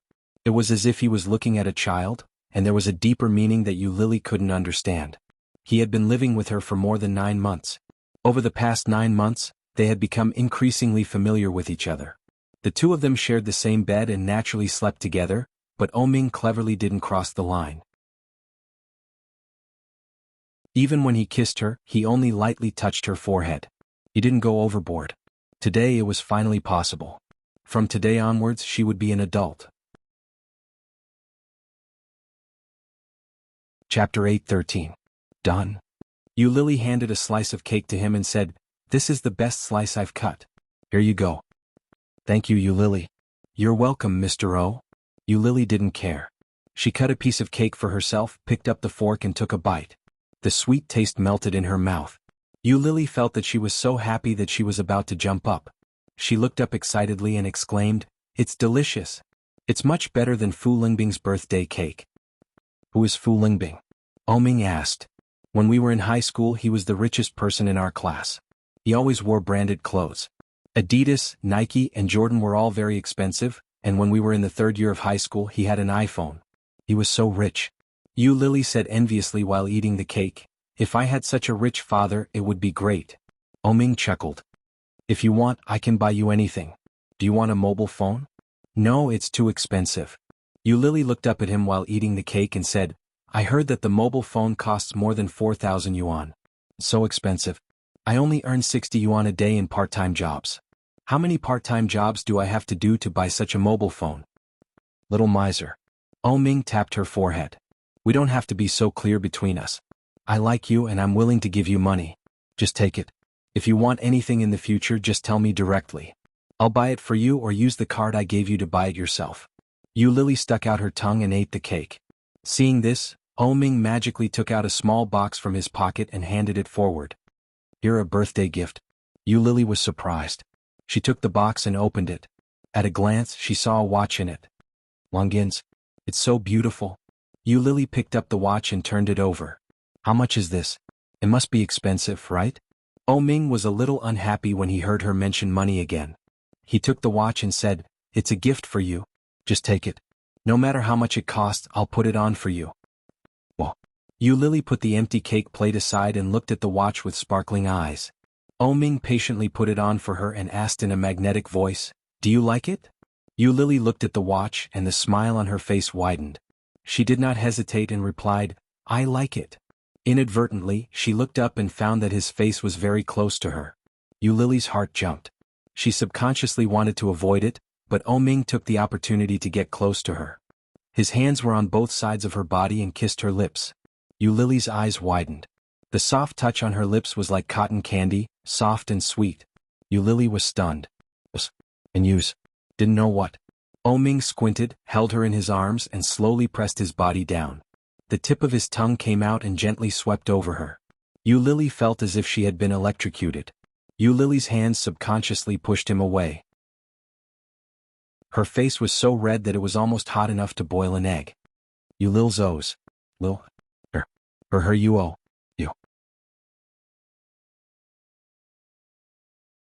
Chapter 8:14. There was a faint smell of tobacco on his body. It was a familiar smell, but when it came from her mouth, Lily still felt very strange. Mr. O is kissing me. She had expected it, but she felt unprepared. With some resistance in her heart, Lily inexplicably felt a little like crying. Looking away, Lily pushed him away with both hands, blushed, shrank her neck and said, I haven't taken a bath yet. I'm going to take a bath. Ming saw her nervousness and slightly released her. Lily hurriedly ran toward the direction of the room. Lily ran back to the room, and her heart was beating so fast that it seemed to have a small motor installed. When she got to the bathroom, she looked in the mirror and found that her face was shockingly red. Oh my God, so red. Lily turned on her clothes while turning on the water. Taking a long breath, Lily blushed, put her clothes on the dry ground not far from the bathtub and took a bath in the water.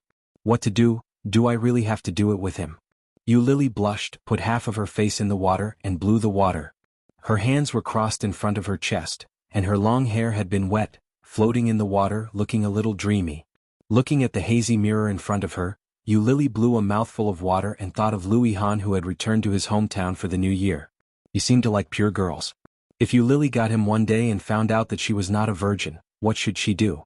So I can't do it with O Ming. But what to do? Yu Lily soaked in the bathtub and her face was bitter. All of a sudden the bathroom door was opened. Yu Lily was shocked and turned to look. O Ming was standing at the door and looking at her. She quickly covered her body and her face became redder. Looking at him she stammered, You peeped at me taking a bath. Get out. But O Ming didn't mean to go out. Instead he walked in and reached out to undress himself. Yu Lily stupidly watched him take off his clothes, and when he took off only his shirt and pants, she suddenly came to her senses. Yu Lily's face was burning. She reached out and pulled the clothes next to her to cover herself. She immediately climbed up and walked toward the door, trying to bypass him. But O Ming easily pulled her into his arms with his big hands. The warm and soft little body was very comfortable to hold in his arms. Yu Lily exclaimed, but O Ming bowed his head and kissed her again. His actions were wild and rough, without the gentleness and tolerance he used to show to her. Yu Lily struggled and pushed with both hands. She resisted a little, but he picked her up and placed her in the bathtub. The two of them entered at the same time, causing the water in the bathtub to overflow. Yu Lily was pressed under him. She accidentally choked on some water and coughed violently. O Ming pulled her up and gently patted her back. Yu Lily coughed and her eyes turned red unconsciously and tears quickly came out. Seeing this, O Ming's eyes deepened. He lowered his head and gently kissed away her tears. His lips slowly moved down. Yu Lily's eyes became redder. She raised her hand and pushed his face away. She looked at him pleadingly and whispered, No. Chapter 8:15. There will be no more. Such a Yu Lily, although humble and disgusting, in this world there is only one and there will only be one. Closing her eyes, Yu Lily opened her mouth and the water poured into her mouth. The air suddenly relaxed and flowed out. The feeling of suffocation surrounded her tightly. O Ming, goodbye forever. Bang bang bang. A loud sound rang out. Yu Lily opened her eyes and sat up. Bang bang bang. The loud sound of knocking on the door was really there. Yu Lily got up from the bathtub, wiped her body casually, put on a bathrobe and opened the door. The door was knocked hard and at the same time a woman's voice came in. Are you there? Yu Lily opened the door and a middle-aged woman stood outside. Seeing Yu Lily's head full of water, she was a little surprised and said, Oh, did you just take a bath? Yu Lily smiled and nodded. Yes, what's the matter, Mrs. Landlord?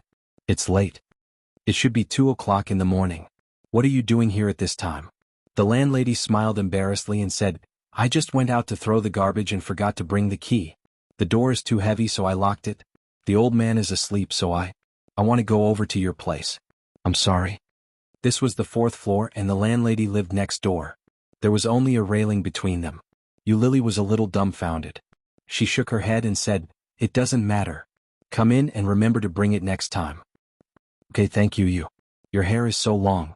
The landlady enviously looked at Yu Lily's long waist-length hair. The quality of the hair is also good. If my daughter saw it, she would be envious. Envious? I'm going to cut it. The reason why it was so long was that O Ming liked it.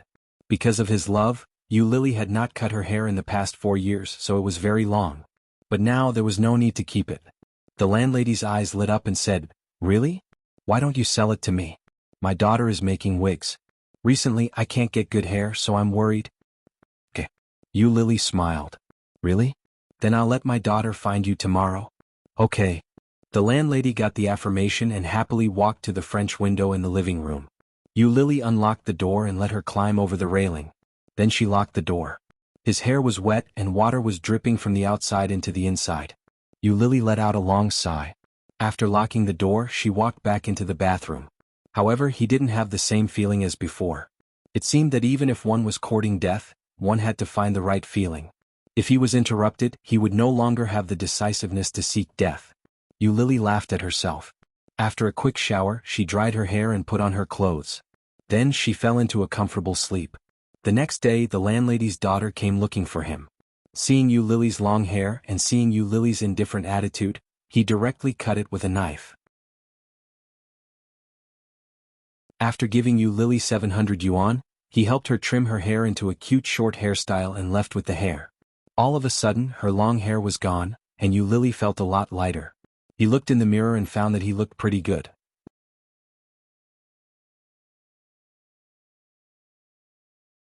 Chapter 8:16.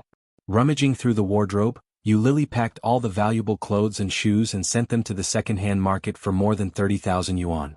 In addition to the original more than 10,000 yuan in the card, and more than 90,000 yuan from the wine tray recently, she had a total of 150,000 yuan. After transferring 150,000 yuan to Louis Han, she sent a smiley face to his WeChat. Louis Han, I've returned you 150,000 yuan, and I'm afraid I can't return the other 50,000 yuan. Louis Han did not reply immediately, and Lily counted the money. The original 300 or 400 yuan, plus the 700 yuan from selling hair, totaled more than 1,000 yuan. Seeing the money, Lily felt relieved.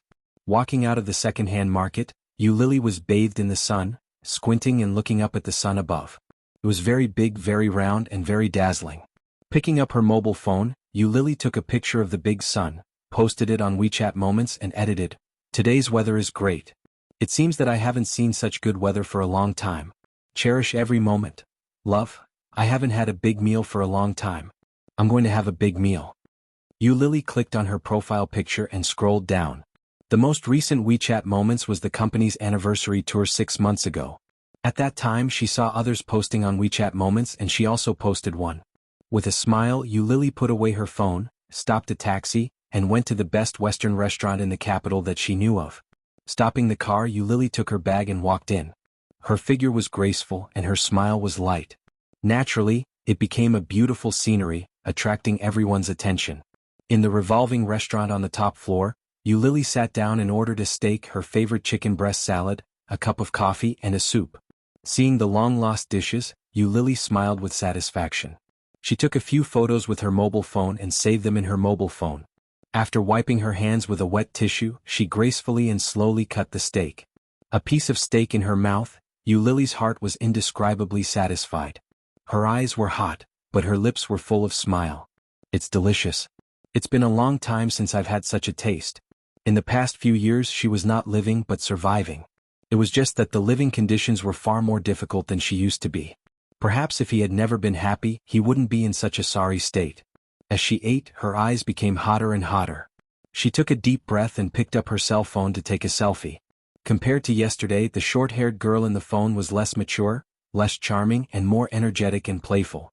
Lily was very satisfied with the look of her short hair. She took a few photos and sent them to her WeChat Moments along with the photos of the dishes. She wrote, "New hairstyle. It's rare to have a big meal. I'm so happy." After the meal, Louis Han finally replied with only 2 words, "Liar."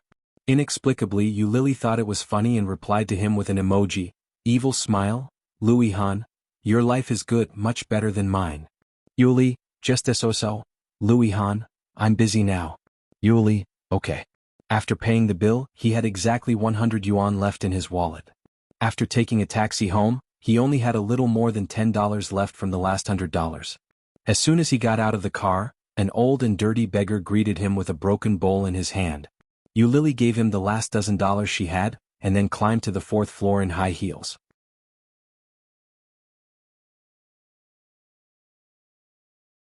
Chapter 8:17. Humming a little tune, Lily walked into the living room. She took out a notebook and a pen and sat down at the small table. The smell of gas was getting stronger and stronger. Lily bit the pen and frowned in disgust. But after thinking for a long time, she didn't know what to write. She simply held the pen and sketched the lines on it, and soon the lines of a man's face were outlined. There was an evil smile on his face, a pair of peach eyes, and a few lines were drawn vividly. Lily saw this face and smiled softly. Then she drew 2 little babies under the man. With pacifiers in their mouths and wrapped in swaddling clothes, the 2 little babies looked exactly the same. Lily even laughed and her eyes were hot. Throwing the pen away, Lily picked up her mobile phone, looked through the address book, clicked on Louis Han's chat and made a video call. Louis Han seemed to be a little busy and it took a long time for him to get through. As soon as he opened the phone, Lily saw the face she hadn't seen for more than 4 years. His hair was half wet and a towel was on his neck. It looked like he had just taken a shower. "Louis Han. What's wrong?" Louis Han wiped his hair and held the phone, not caring. Yu Lily suddenly smiled happily, looked at the face on the phone and said, "You actually answered. I just wanted to try." Louis Han heard this and was a little upset. "So you came to try your luck?" "Yes, this shows that my luck is still very good." Yu Lily smiled happily, looked at him and said, "Louis Han, are you still single? What does it have to do with you?" Louis Han was even more upset, looked at her little face with a bright smile and said, "Are you very free?" Yu Lily's heart was sour, and the smell of gas was getting stronger and stronger. Even Yu Lily was a little short of breath. Gently shaking her head, Yu Lily pretended to be relaxed and said, "I'm very busy, but I still have to take some time to talk to you. You seem to be in a good mood." Louis Han yawned. "I'm sleepy. What do you want to say?" When Yu Lily heard that, her smile deepened. She chuckled and said, "Maybe you don't treat me as a friend, but the only people I've ever considered a friend are you and Chanshan. Chanshan is very happy now. I hope you can find your other half as soon as possible and live a happier life." Louis Han pouted. "This is not something you would say. What the hell?" The smile on Yu Lily's face became even brighter. She shook her head and softly said, "I'm just here to meet a friend. If I suddenly die one day and don't even have a friend, that would be too sad. Although these two friends might not be considered friends. You wish. It is said that the scourge lives for 1,000 years. People like you will live at least 100 years, Louis Han said half-jokingly, looking at her. "Why did you suddenly mention this?" Yu Lily smiled brightly, shrugged and said, "Hey, it's so boring. I want to talk to you, but I'm serious. Goodbye, Louis Han." After that, she hung up the video call. Louis Han didn't care, threw the phone on the sofa, and picked up the hairdryer to dry his hair.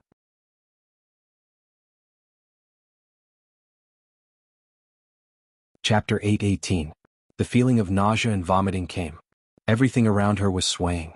Her head hurt and she collapsed on the sofa. Finally she was free. So tired and sleepy. How long had it been? In order to survive, she had not had a good rest. Now she could finally have a good sleep.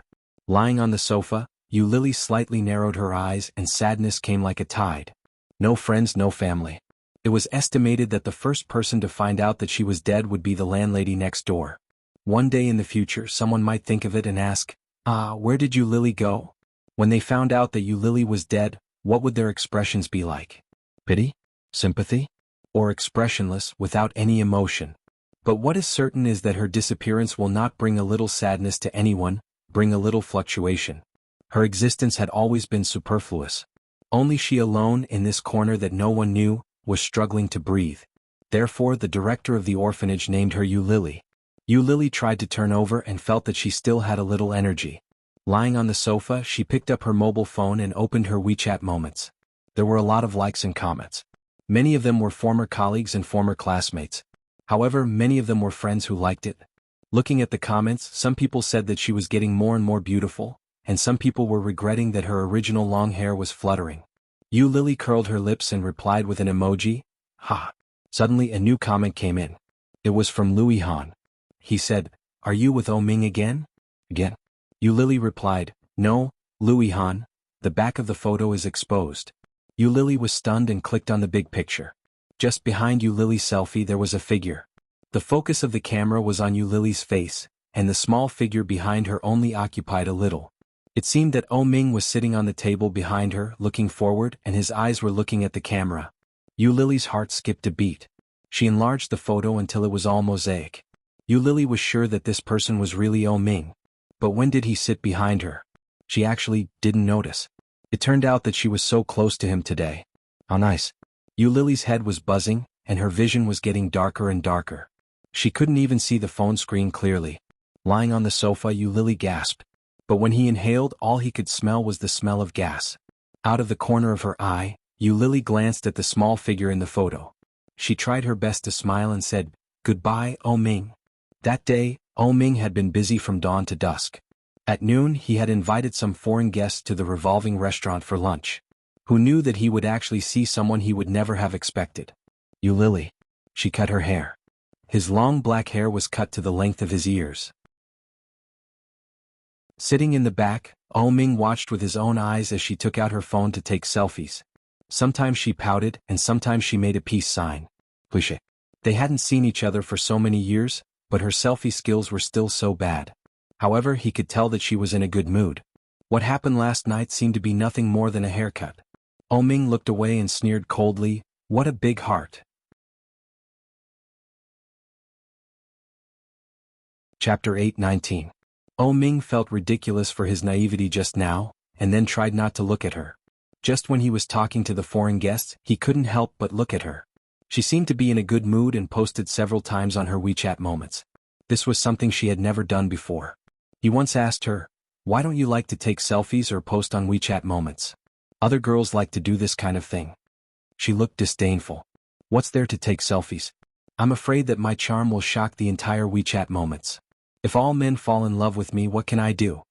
Ming couldn't help but laugh at her shameless answer. But later, Ming learned that it was because of inferiority. Because she was a mistress, she didn't want others to know everything he gave her. Once her luxurious life was discovered, those who originally targeted her and hated her would definitely take advantage of it and spread the news more wantonly. For example, Yu Lily is a mistress of a rich second generation. Yu Lily sells her body to earn tuition fees. Yu Lily lives a luxurious life without shame. All these rumors made her feel very uncomfortable. Over time, she didn't have this habit. Good life, bad life, it was better to let her know all about it. There was no need to let others know what your own life was like. It was meaningless to be looked down upon or envied. Ming had read all of this in her diary. Seeing that she finished eating and left, Ming finally stopped thinking and continued to discuss the contract with the foreign guests. After eating and seeing the foreign guests off, Su Qing suddenly called. Ming leaned on the driver's seat of the Ferrari. Last night's hangover and insomnia made him a little tired today. He picked up the phone, put it on speaker and put it aside. "Mr. O, there seems to be something wrong with Miss Yu." Ming gently pressed his temple, squinted and leaned back in the chair. "She spent all the money, sold all the valuable clothes and shoes, and then returned the money to Louis Han. Then she went to the revolving restaurant you just went to and had a meal, spending more than 1,000 yuan. You know, before yesterday she ate instant noodles or fast food every day, and her daily consumption was less than 50 yuan. Hearing this, Ming finally straightened his body, and a bright light flashed in his eyes. What kind of life was she living? Did he cheat so much money just to repay his debt? His heart ached and his face darkened. He started the car and asked, "Where is she now?" "She went home." Su Cheng's voice was a little hesitant as he said, "I checked and there was no money left in her card. I guess she didn't have much cash left." This situation, Ming's heart sank and he snapped, "Send me her address." "Yes." "Keep an eye on her. If anything happens, rush in immediately." Su Cheng hesitated and said cautiously, "I'm at the company now. Because she went home I didn't follow her, but the more I thought about it, the more I felt something was wrong. F***ck. Ming couldn't help but swear. His eyes were red with anger. "Are you F***king brainless?"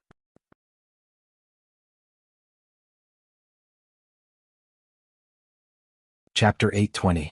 He dialed Yu Lily's number and watched her drive the black Ferrari on a rampage. Yu Lily saw the number and felt like she was dreaming. Sliding the screen of the mobile phone, Yu Lily picked it up. "Where are you?" Ming's voice was cold and deep, and there was a hint of panic in it. However, Yu Lily had no time to analyze the emotions in it. She put her hand down, chuckled and asked, "It's none of your business." Her voice was weak and then she hung up the phone. After hanging up, she was inexplicably happy. She actually threw her face at Ming before she died. Just like before, it was so cool. Yu Lily buried her head with a smile, and her tears seeped into the sofa. Ming heard the voice and his heart sank. When he dialed again, no one answered the phone. He quickly drove to the address given by Su Cheng and ran up 3 steps at a time. 403,403. Seeing the house number, Ming looked around and found that there was even no doorbell. The door was a thick stainless steel security door. Ming slammed his palm and shouted, "Yu Lily, open the door." The sound of the palm slamming the door came in, and Yu Lily vaguely seemed to hear Ming's voice. Her head was getting heavier and heavier, and her head was getting muddled. When Yu Lily heard this voice, she smiled sadly. Hallucination. Committing suicide with gas is really happy. Even the auditory hallucination can make me hear the voice I want to hear the most. That's great. Lying on the sofa, Yu Lily slowly closed her eyes. Ming slammed the door hard, but there was no response for a long time. Ming was more and more scared and he slammed the door like crazy. But that door wasn't something that could be opened just by ramming. His heart was getting more and more panicked. It was like something was passing away quickly, and his heart was terribly empty. Even when he saw her covered in blood under him, Ming had not been so afraid. The door of 402 next door suddenly opened, and a middle-aged woman looked over and said, "What are you doing?" Her tone was bad. When Ming saw her, his eyes lit up and he hurriedly said, "Do you know the landlord here? Is the person living here you, Lily?" The middle-aged woman was stunned and said, "I am the landlord." "Who are you? Why are you looking for you?" "I'm her man." Ming almost roared. He pointed at the door and said, "Open the door. Something might have happened to her." The middle-aged woman looked at him strangely and picked up her cell phone to dial Lily's number. Lily's cell phone rang above her head. She could hear it, but she had no strength. He took a glance and saw that it was the landlord's wife. Lily slapped the phone away and it fell to the ground. The soundproofing here was very good, and the ringing of a cell phone could not pass through the door. Ming was going crazy. With red eyes he roared, "Open the door. If something happens to her, don't even think about having it easy." The landlady was shocked. She looked at his suspicious face and shoved him angrily. Then she closed the door and locked it. She said to the inside, "Xiao Shui, go next door and see if Yu is there." A woman's voice came from inside. Ming waited for little Snow to come out, but after a long time no one came out. Ming couldn't wait any longer. He went to room 403 and banged on the door. He shouted, "You open the door."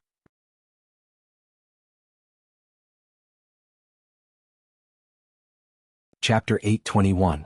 The cell phone on the ground was still ringing, like a hypnotic music, drawing Lily's consciousness little by little, and it was difficult for her to open her eyes. "You Lily, you." Ming roared with red eyes, but it didn't work, so he turned around and knocked on the door of room 402. "Open the door, Yu Lily is alone inside, something bad will happen." "My woman is inside, open the door." However, the landlady did not pay attention to him anymore. Looking at him behind the door, it was like looking at a madman. Ming was a little frustrated and for a while he felt at a loss. What to do? Yu Lily had a habit that was she must have cash with her or a little deposit in her card. It didn't matter how much the deposit was as long as she had it. But today she had taken out all of her savings, not a single cent was left. Moreover, she didn't usually take selfies at all and she didn't like to post it on WeChat Moments, but today she posted a picture of smiling happily, which was too abnormal. Yu Lily was alone in there. She was acting so abnormally. She must be preparing for something bad. Ming didn't dare to think and he didn't want to think what Yu Lily was doing inside. Snowy climbed over the railing and the cell phone inside was ringing, and the clear and melodious ringtone came out, the most classic Apple ringtone.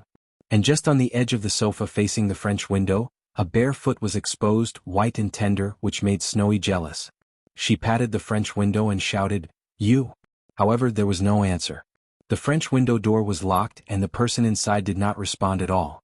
Snowy patted a few times outside, shouted a few times and finally returned the way she came. "Mom, you seems to have fainted on the sofa, and the cell phone inside has been ringing, but I can't wake her up." Snowy's voice came out and Ming heard it clearly.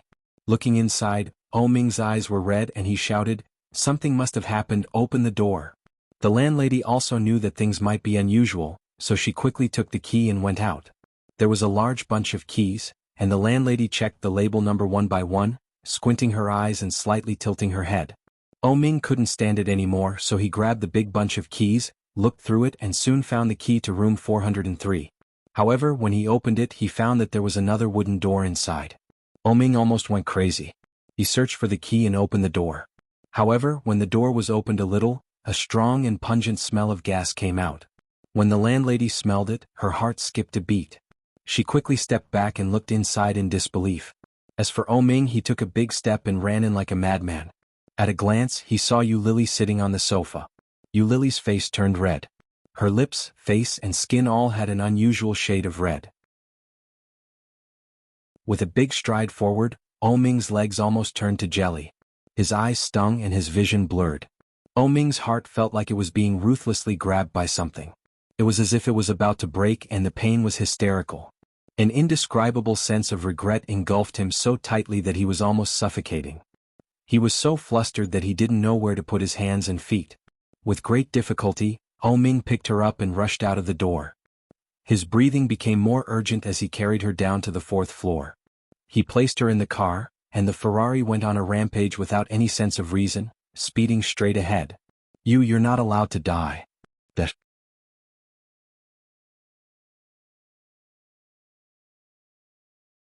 Chapter 822. Lily had a dream. In the dream, she went back to the day when the doctor announced that she was pregnant. Because of taking contraceptive pills for a long time, your body may have antibodies to contraceptive pills, or you did not take other safety measures which led to pregnancy. But according to the situation you described, I do not recommend you to have this child. Contraceptive pills have a great impact on the fetus. Now you can't see any problems, but it is difficult to guarantee that after you are born, the fetus will be deformed or have some other problems. Lily touched her belly, looked down at the doctor in front of her and asked, for example, mental retardation and cerebral palsy? The doctor nodded sympathetically. Pregnancy still needs to be prepared. This situation is too sudden, and it is not a good time for adults and children. While the fetus is still young, abort the child and don't take contraceptive pills in the future. It is very bad for your health. Coming out of the hospital, Lily's mind was in a mess. She was pregnant. However, the child was likely to be deformed. What should I do? Should I tell Ming? No way. If I tell Ming, he will definitely blame me. Blame me for taking contraceptive pills, blame me for not protecting myself. However, he had taken protective measures every time. Why did she suddenly get pregnant? Lily drove back to the villa, but before she went in, she heard Ming on the phone. Ming's back was to the door, and Lily subconsciously walked lightly, so the man inside did not notice her return. Listening to his tone, Ming seemed to be a little impatient and said to the phone, "Mom, my career is not stable yet. When the time is ripe, I will be engaged to Miss Shen." Engaged? Lily stood at the door as if she had been struck by lightning. Ming is getting engaged? Ming is getting engaged. Didn't he say that he wanted to marry me? He also secretly ordered a ring and secretly prepared a wedding dress. Could it be that all of this was fake? Could it be that these were all prepared for the so-called engagement partner and not for me? What am I? A mistress? Or a bed partner? Lily stood in the same place looking at Ming's tall back and her mind was blank. Ming hung up the phone and was about to turn around. Lily quickly took a step back and quietly avoided his sight. She was confused. Lily sneaked into his study and sat down in front of the desk. The design drafts and sample drawings were all there. It was beautiful. Every detail was delicately and carefully drawn. Originally, she thought that Ming had prepared these things for her. But from the looks of it now, she was thinking too much. Lily's heart was filled with indescribable disappointment. She reached out and touched her heart, and an indescribable bitterness surged. He was so sad. So, it was just her own wishful thinking. Forget it, she was just a kept woman, wasn't she? What right did he have to be sad? What right did he have to be unhappy? From the moment she decided to give herself to him, she was destined to lose many things. No love, no freedom, no self-respect, no identity. Everything was self-inflicted. He didn't force her. She did it willingly, didn't she? But why did her heart hurt so much now? Was it just because he was the father of the child?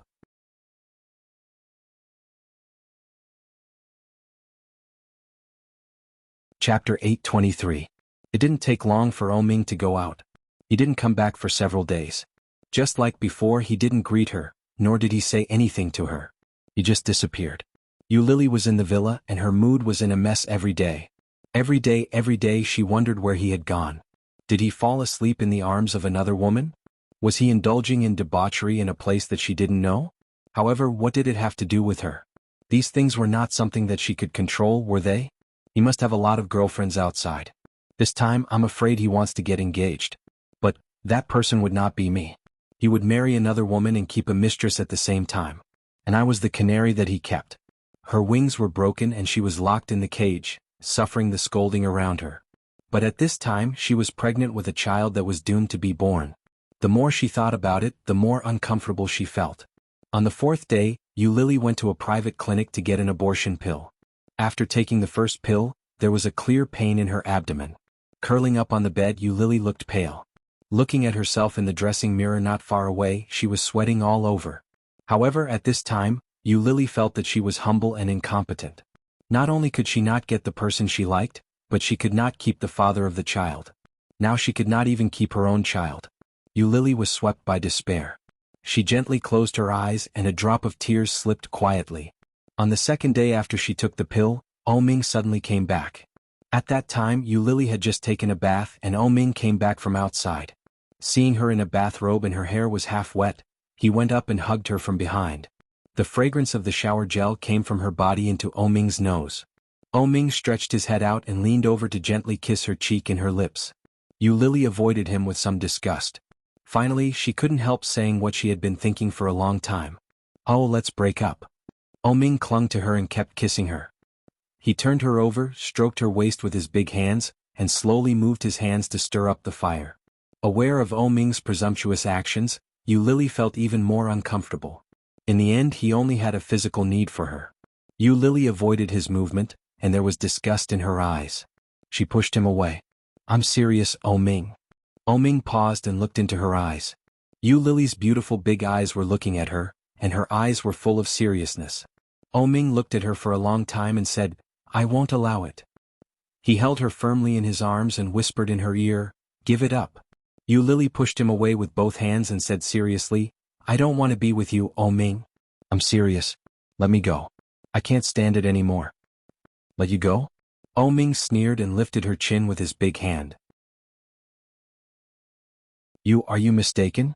It's not that I don't want to let you go, but you can't leave me at all. Do you think you can still live so comfortably without me?" Lily's heart ached. She stared at him with her eyes wide open and retorted, "Who do you think you are? No one can survive without them. Ming, you are too full of yourself."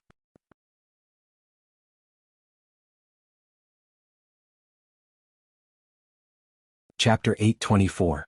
As he spoke, he had pushed her down on the bed and whispered, "If you leave me, do you think you will still have those famous brands? Do you think it is so easy to earn money in this world? Don't be too naive, Ming. I know you too well." Anger rushed up to his chest and surged out. Lily couldn't help but blush and she slapped him hard in the face. Ming was beaten until he closed his eyes, but his face suddenly became gloomy. It didn't hurt, but for a person like Ming, this slap was tantamount to great humiliation. Ming angrily grabbed her hand and growled with a sullen face, "Am I wrong? You, a woman, are vain, love-faced and think that you have self-esteem, but in fact, you feel so inferior that you can only use famous brands to cover up your lack of confidence." Every word that Ming said hit Lily's sore spot. Lily's face became pale inch by inch. Ming saw the change of her expression, and there was a flash of coldness in his eyes. He continued to say, "People like you can do anything for money. Do you dare to say that when you were with me it was not because I treated you well, and it was not because I gave you money so that you didn't have to worry about food and clothing?" Lily's breathing became more and more rapid. She looked at him and loudly refuted, "No. Lily, who are you kidding? You obviously thought that I was 7 years older than you. You don't know that you have the habit of talking in your sleep, do you? Why, after leaving me did you go to find that Lu guy?" Ming clamped her chin, and his eyes were full of sarcasm. "You can only sell for such a high price with me. How much money do you think that Lu guy can give you? Only I, Ming, can satisfy you, whether it's financially or physically." As he said that, he tore her bathrobe with his big hand, put his knee on her lower abdomen and whispered, "Calm down, Lily. When did I not treat you well? Isn't it good to stay with me? Why do you have to make me angry? You were not so disobedient before." Ming squinted and looked at Lily in front of him. He saw that her face became paler and paler, and there were big beads of sweat on her forehead.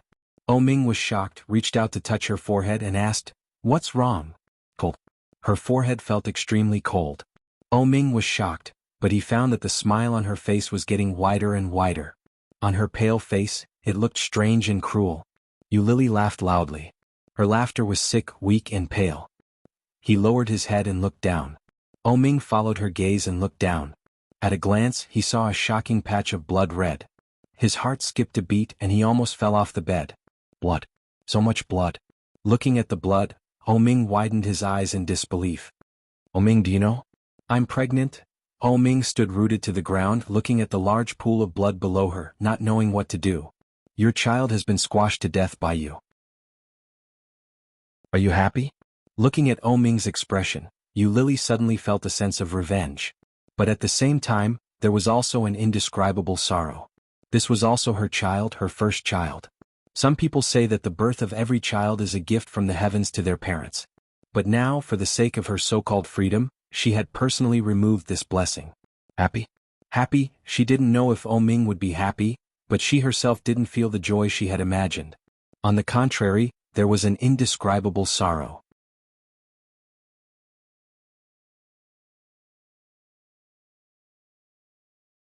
Chapter 825.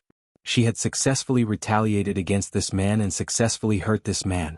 Lily wanted to laugh, but she couldn't laugh anymore. The pain was like falling, as if something was passing away quickly. Under such severe pain, Lily lost consciousness. When she woke up, she was in surgery. The doctor said there were 2 pregnancy sacs. They were the twins that Ming had always wanted. Hearing the doctor's words, Lily's heart was sad, and she couldn't help crying on the operating table. Twins, they are actually twins, 2 children. How lucky she was to get 2 children, but she couldn't keep them at all. I'm sorry. After being sedated, Lily passed out. When she woke up, Ming was not around. The next day, Ming came to the hospital. He looked at Lily with unspeakable hatred in his eyes. Lily clearly noticed the change in his mood and sat on the bed silently. Lily, do you know what you have done? Ming's eyes were red, and he looked at her with hatred and anger. Do you know what you have done? Lily's heart skipped a beat, and her breathing suddenly became rapid. She turned her head away from him. Am I not good enough to you, Lily? After so many years of affection, is it not as good as your first love that you can't get? Why did you hurt my child? Why did you? Ming's eyes were scarlet, staring at her with unforgivable hatred and incomprehensible complexity. He looked at her with misty eyes. Why didn't you tell me that the child is innocent? If you had told me, everything that happened now would not have happened. Lily turned to look at him. Her eyes were burning, but she couldn't help but have a bright and beautiful smile on her face. With a strong sense of sarcasm, she looked at him as if she was looking at a fool. Ha, Ming, do you really think you are so charming? Such words fell into Ming's ears, and it was like a spark falling into gunpowder, which made his eyelids twitch. Don't King tease me. My purpose from the beginning is very clear. I want your money. Now that I have enough money to spend, it is normal that I want to break up with you. Why do I want to have your child? I'm not so cheap. I did it on purpose. Lily laughed, and her eyes were wet. She laughed louder and louder with sick revenge. CK, I don't want your child, so I want to abort it. Who let you touch me? Now it's not my fault. You killed your own child with your own hands. Are you satisfied with my answer? Are you happy? Ming glared at her and took a big step forward. He stretched out his hand and strangled her neck. Lily widened her eyes and looked at him incredulously. Ming's eyes were scarlet. His originally clear peach blossom eyes were now filled with hatred. Hatred, it was true hatred. This man hated her. She struggled with her hands and feet, and the pain in her throat made her breathless. His fingernails gripped his hands tightly and sank deep into his flesh, but Ming only tightened his grip. He wanted to kill her. He was serious. Lily closed her eyes in despair, and tears flowed down from the corner of her eyes. Suddenly, there was a cry of surprise at the door.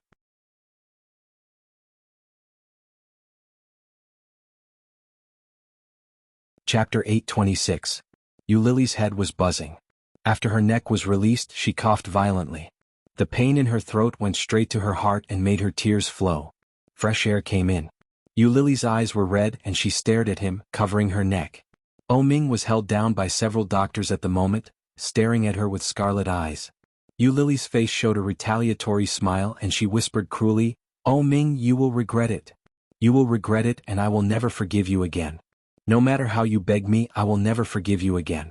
I Lily swear here. However, Ming seemed to hear a joke and sneered, regret? The only thing I regret is having sex with a woman like you. The sharp words, like a sharp sword, went straight through her heart, mercilessly. Lily's face became more and more pale. Ming looked at her with hatred and sadness. Because of you, I killed my brother. Unless my second brother comes back to life, otherwise, I will have nothing to do with you in this life. Get out. Don't appear in Kingstown in the future, or I will find someone to kill you. B*TC. B*TC. She called me a B*TCH? Lily covered her neck and tears flowed down. However, she soon caught another point in this sentence. Unless my second brother comes back to life? Lily couldn't believe it and asked, Li Xiqing is dead?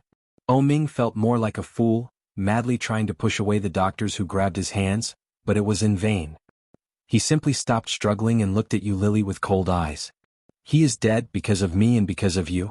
The two children in my second wife's belly, a boy and a girl, because of you the twins lost their father before they were born. How can you be so vicious, how can you? Because of her, the two children became posthumous children. Lily's heart, during that time, was quiet and dark. After staying in the hospital for a few days, Lily bought a ticket to Dali. Before leaving, she went to the old house of the Li family to see Su Chensi. Su Chensi was much stronger than she had imagined. Although her eyes were swollen like peaches, she was still holding on. Lily hugged her and apologized, but in the end she cried with her. She did not tell Su Chensi about her miscarriage. After saying goodbye, Lily took her luggage and went to the airport alone. A little girl was sitting in the departure lounge, holding a small MP3 player and playing music in a low voice. What else could I have done? In the end you end up as a lover. You never think, why am I doing this? Love you till the end, not painful at all. The message is arguing, who loved once, I only have one face left, no look of regret. You can't be at my wedding. After listening to your love song I got in the car. Loving you was worth it. One night I had a dream. You are white-haired and say take me to wander, I still won't hesitate. I'll follow you to heaven. No matter what, I can stay with you till dawn. Sitting in the waiting room, Lily's throat was sore. She raised her head, closed her eyes, and slightly opened her mouth to let the air in. Her heart and eyelids were terribly sore. Get out. Don't appear in Kingstown in the future, or I will find someone to kill you. Bitch. Goodbye, Oming.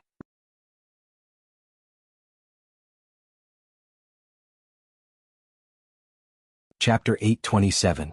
Beep, beep, beep. The sound of the heartbeat machine came steadily. Lily opened her eyes and saw a man in a white coat and a mask. After seeing her wake up and giving her a series of tests, Lily's mind was still muddy. She is in the hospital. Not dead yet. Sure enough, the lower the life, the harder it is to die. Lily closed her eyes and fell asleep again. When she woke up again, it was dark. She tried to sit up, but she had no strength. Sitting up, Lily found that the light in the ward was not turned on, and it should be evening. It was gray. The single bed, the good equipment, and the unusual bed all let her know that this was at least an intensive care unit. This kind of ward cost at least a few thousand yuan a day. Lily was shocked and climbed down. After pulling out the needle in her hand, she pressed the needle, found a pair of shoes, opened the door quietly and went out. Looking at it, it was really an intensive care unit. Because it was a VIP special zone, there were not many people coming and going here. Lily's heart was beating fast and she quietly walked out, carefully looked around, found a safe passage and tiptoed in. Miss? A woman's voice suddenly rang out. Lily's heart skipped a beat and she quickly ran down the stairs. Lily didn't know how long she had been lying in bed, but she had no strength. Her legs were soft and she directly knelt down, and the whole body tilted and rolled down the stairs. Ah! Lily screamed, lying on the ground in pain, and tears came out. A nurse ran in, saw her lying on the ground and was shocked and quickly ran down. But when Lily saw it, she was also shocked and hurriedly crawled down. The nurse saw it and was even more shocked and shouted, "Oh, why are you running? Stop. Only a fool will stop." Lily stood up, held the handrail and ran down. But she was really weak and was caught up by the nurse in a few steps. The nurse panted and blocked her way. She was a little unhappy and scolded, "Why are you running? No one wants to kill you. Go back." Lily's tone was a little fierce. She curled her hands around the handrail of the stairs and looked aggrieved. Unwilling to let go, she said, "Sister nurse, please let me go." "You're right. I will be killed if I stay here any longer."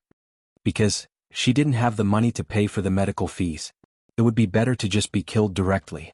Lily held onto the handrail, looked at the nurse and said pitifully, "Let me go, okay? Just pretend that you never saw me. You go up now and I'll go down now. Just pretend that we never met, okay? Must you force me to do this?" The nurse suddenly felt a little funny and looked at her, shaking her head speechlessly. The nurse ignored her and picked up her phone to call the higher-ups. Lily took the opportunity to climb down, but the nurse's hand quickly caught her. "Hello? Come down to the third floor of the VIP room to help. There's a patient who just woke up and tried to escape. I just happened to catch him." "Yes, he's in room V8. "Oh, then bring his family here. I'm afraid it'll be a little troublesome." "Family?" Lily looked up and shouted, "I don't have family. They are definitely not my family." But as soon as she finished speaking, she heard the sound of leather shoes coming from above. Lily's heart skipped a beat, and she looked up with an ominous feeling. That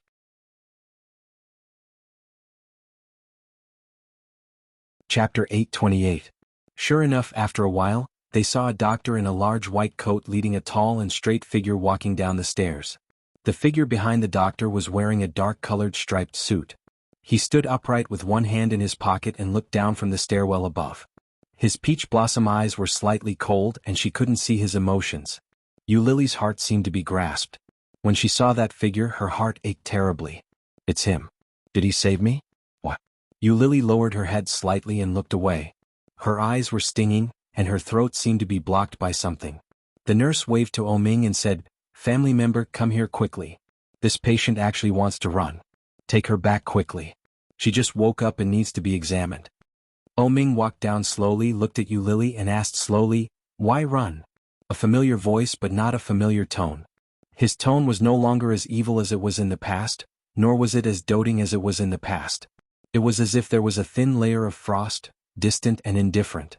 Eulily's throat tightened and she swallowed a mouthful of saliva. After a while she said, "I don't have money to pay for the medical expenses." It was a simple sentence, but it was like a heavy hammer that hit Oming's heart. In an instant, his heart clearly felt sore and swollen. Oming's eyes narrowed slightly and with a cold face, he took her wrist and stepped up without saying anything. He pulled her but she didn't move. Eulily lowered her head with red eyes, and the other hand was tightly wrapped around the handrail. "Go back," Oming said in a low voice and his tone was indisputable. He pulled her again. But Eulily just leaned forward, and then she tightly grasped the handrail, gritted her teeth and said, "I don't know when you became so nosy." Oming stopped and turned to look at her. Eulily's throat was a little dry and her voice was low and hoarse. In the stairwell there was an empty echo. "Oming, just like before, can't you pretend that you don't know me? Why do you have to do so much? Who asked you to save me? I don't want to live anymore." As she said that, her voice was choked and her eyes were slightly red. She looked up at him with tears. "Why don't you just let me die? Why do you have to do so much?" When these words fell into Oming's ears, his heart, which had been tightly clenched, felt as if it had been bitten off by her. It was bleeding and it was so painful that it convulsed. Looking at her deeply, Oming tilted his body slightly and suddenly smiled. His devilish smile was slanted upwards, bringing with it an uninhibited and romantic attitude. His shimmering peach blossom eyes were looking at her, as deep as a broken ice lake, cold and devoid of warmth. "Don't you know? I've always been so kind." As he spoke, he raised her hand and gently caressed it with his slightly rough big hand. He narrowed his eyes slightly and smiled. "Just like how I bought you from a bunch of young ladies back then. I saved you. Shouldn't you be grateful?" Ladies? Bought? Those words stung Eulily's heart even more. She pulled her hand back and her eyes became redder. She tried to shake off his hand but it was tightly held.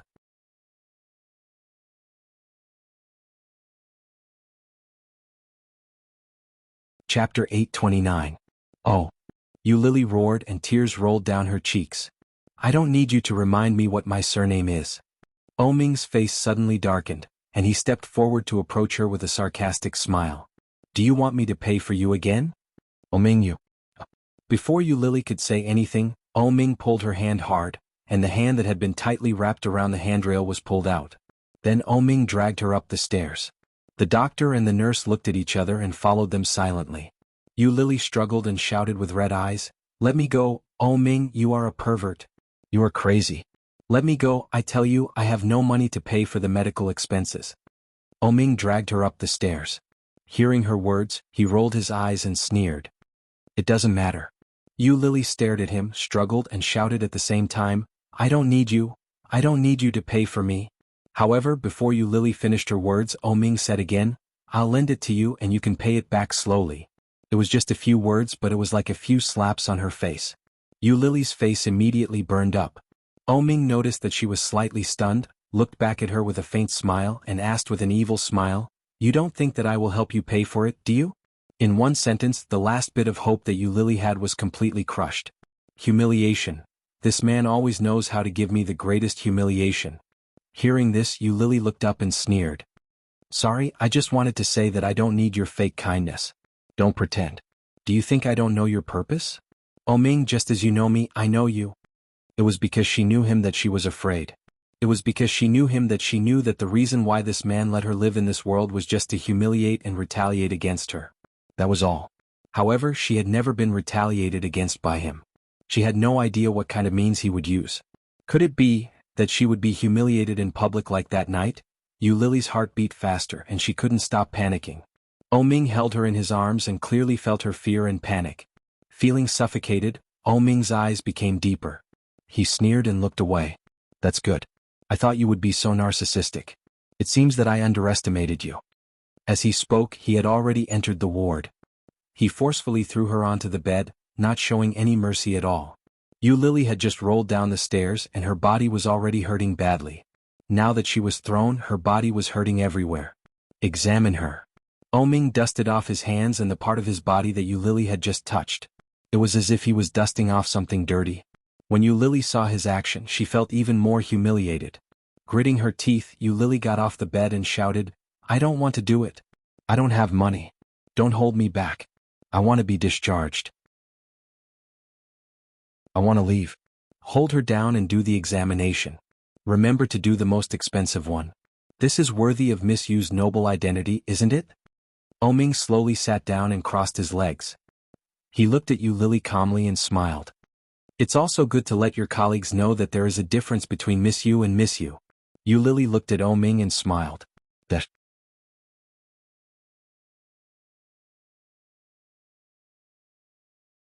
Chapter 830. The relationship between young Mrs. was different as well. Yu Lily's heart was even more stuffy and painful.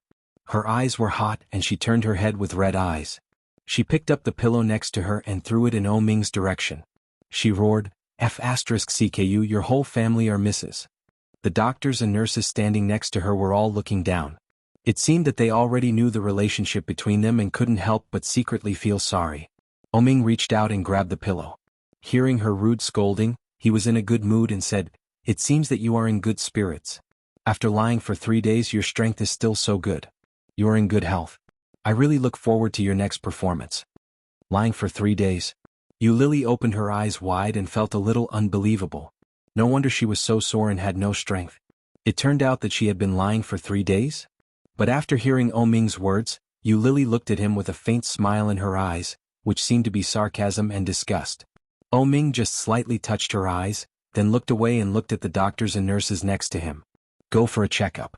I happen to be on an empty stomach. Can I do it? The doctor nodded. Yes, I'll go to prepare. You bring this miss here later. Okay. The nurse responded and looked at Yu Lily.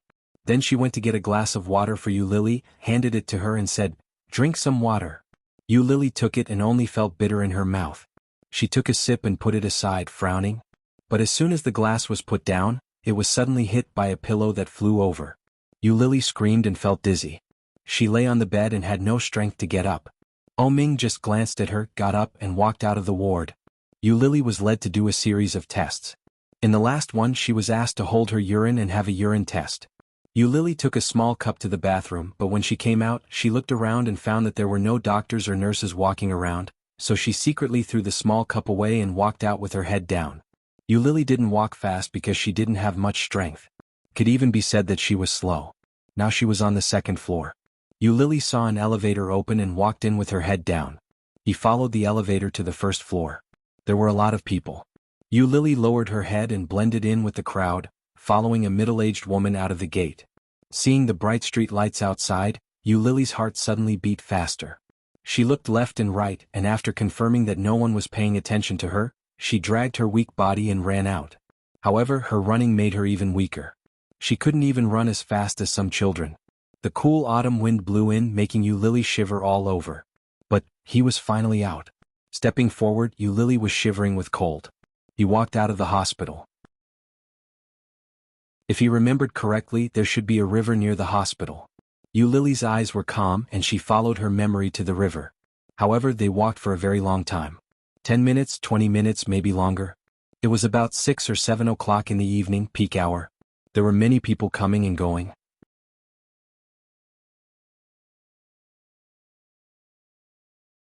Chapter 831. Yu Lily dragged her feet and found a low railing. She sat down and leaned her head against the railing behind her. She was a little tired.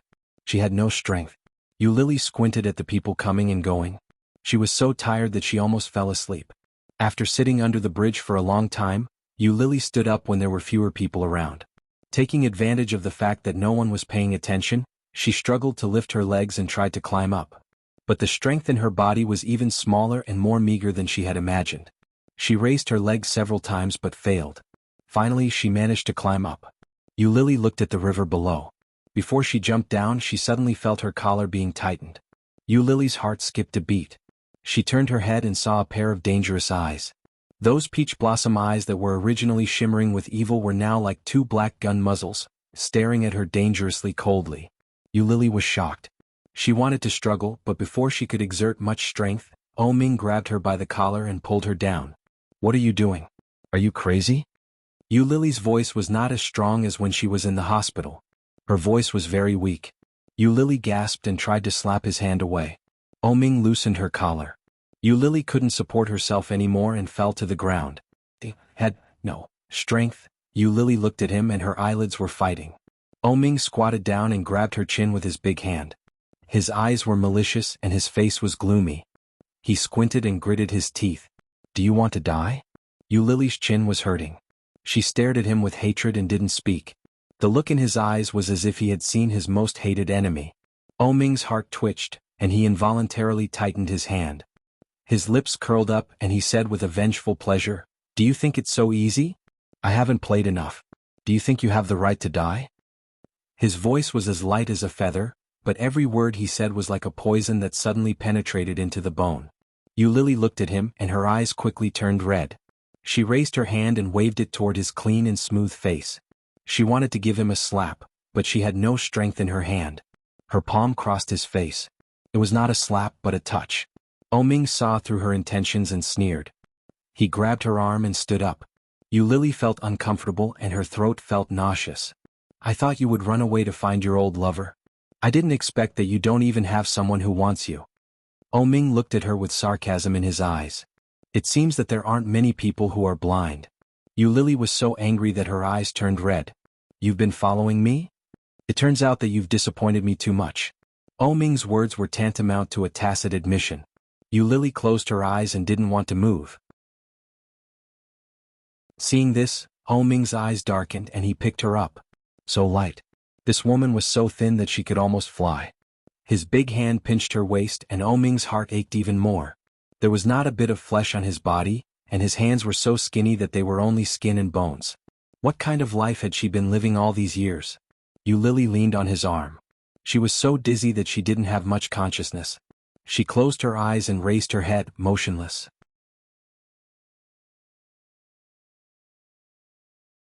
Chapter 832. After that, he gritted his teeth and strode back in the direction of the hospital. Yu Lily didn't hear what he was saying and fell asleep. When she woke up, it was already midnight. Heartbeat monitor and nutrient solution were standard. When she opened her eyes, it was dark around her. She saw a flash of light from the corner of her eyes. She looked sideways and found it was a laptop. It was the latest model of a famous luxury brand, a very expensive model. There was no doubt that it was Ming's. But why is he still here in the middle of the night? Before she could recover, the light in the ward was suddenly turned on. The sudden light made Yu Lily subconsciously tilt her head and close her eyes. It took a long time for her to adapt to the light and she heard the sound of a paper bag. Turning her head, she saw a young man who looked ordinary but very clean and delicate. The height looked about 175 to 178, wearing a professional suit, and he took something out of a paper bag. The aroma of food wafted out, and Yu Lily smelled it and felt even more uncomfortable. Su Qing felt Yu Lily's gaze, so he opened the lunchbox and said, "Since you are awake, get up and eat something. Master O just went out. He has been guarding you for several days and hasn't had a good rest. You can let him go back and have a good sleep later, miss you?" Yu Lily heard that and was slightly stunned. But before she could react, she heard a cold voice coming from outside. "It seems that Special Assistant Su is too idle." The sound of leather shoes came in and Ming stood at the door with a pair of beautiful eyes looking inside. "It just happens that the planning department is short of people, and Special Assistant Su can go there to exercise." Su Qing was a little embarrassed. After putting down the things, he bowed his head and said, "Sorry Master O, I am too meddlesome." Ming's cold eyes fell on Su Qing with a threatening sharpness and he said quietly, "You are meddlesome, but if someone misunderstands it will be embarrassing, right?" When Su Qing heard this he felt a little inexplicable, but when he saw Ming's threatening eyes, he immediately gave in. Yes, yes. Go back first and leave it. Ming walked in slowly and glanced at it. You bought such light food, how can I eat? Su Qing, boss, it was you who asked me to buy light food. Are you trying to blame me?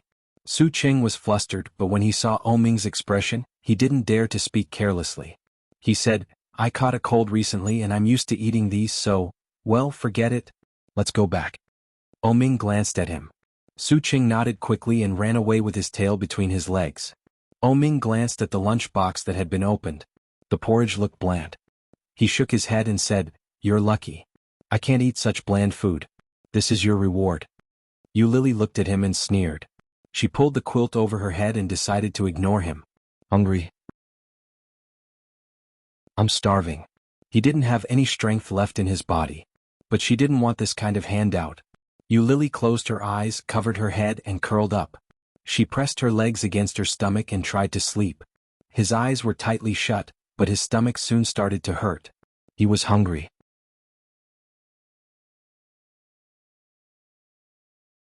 Chapter 833.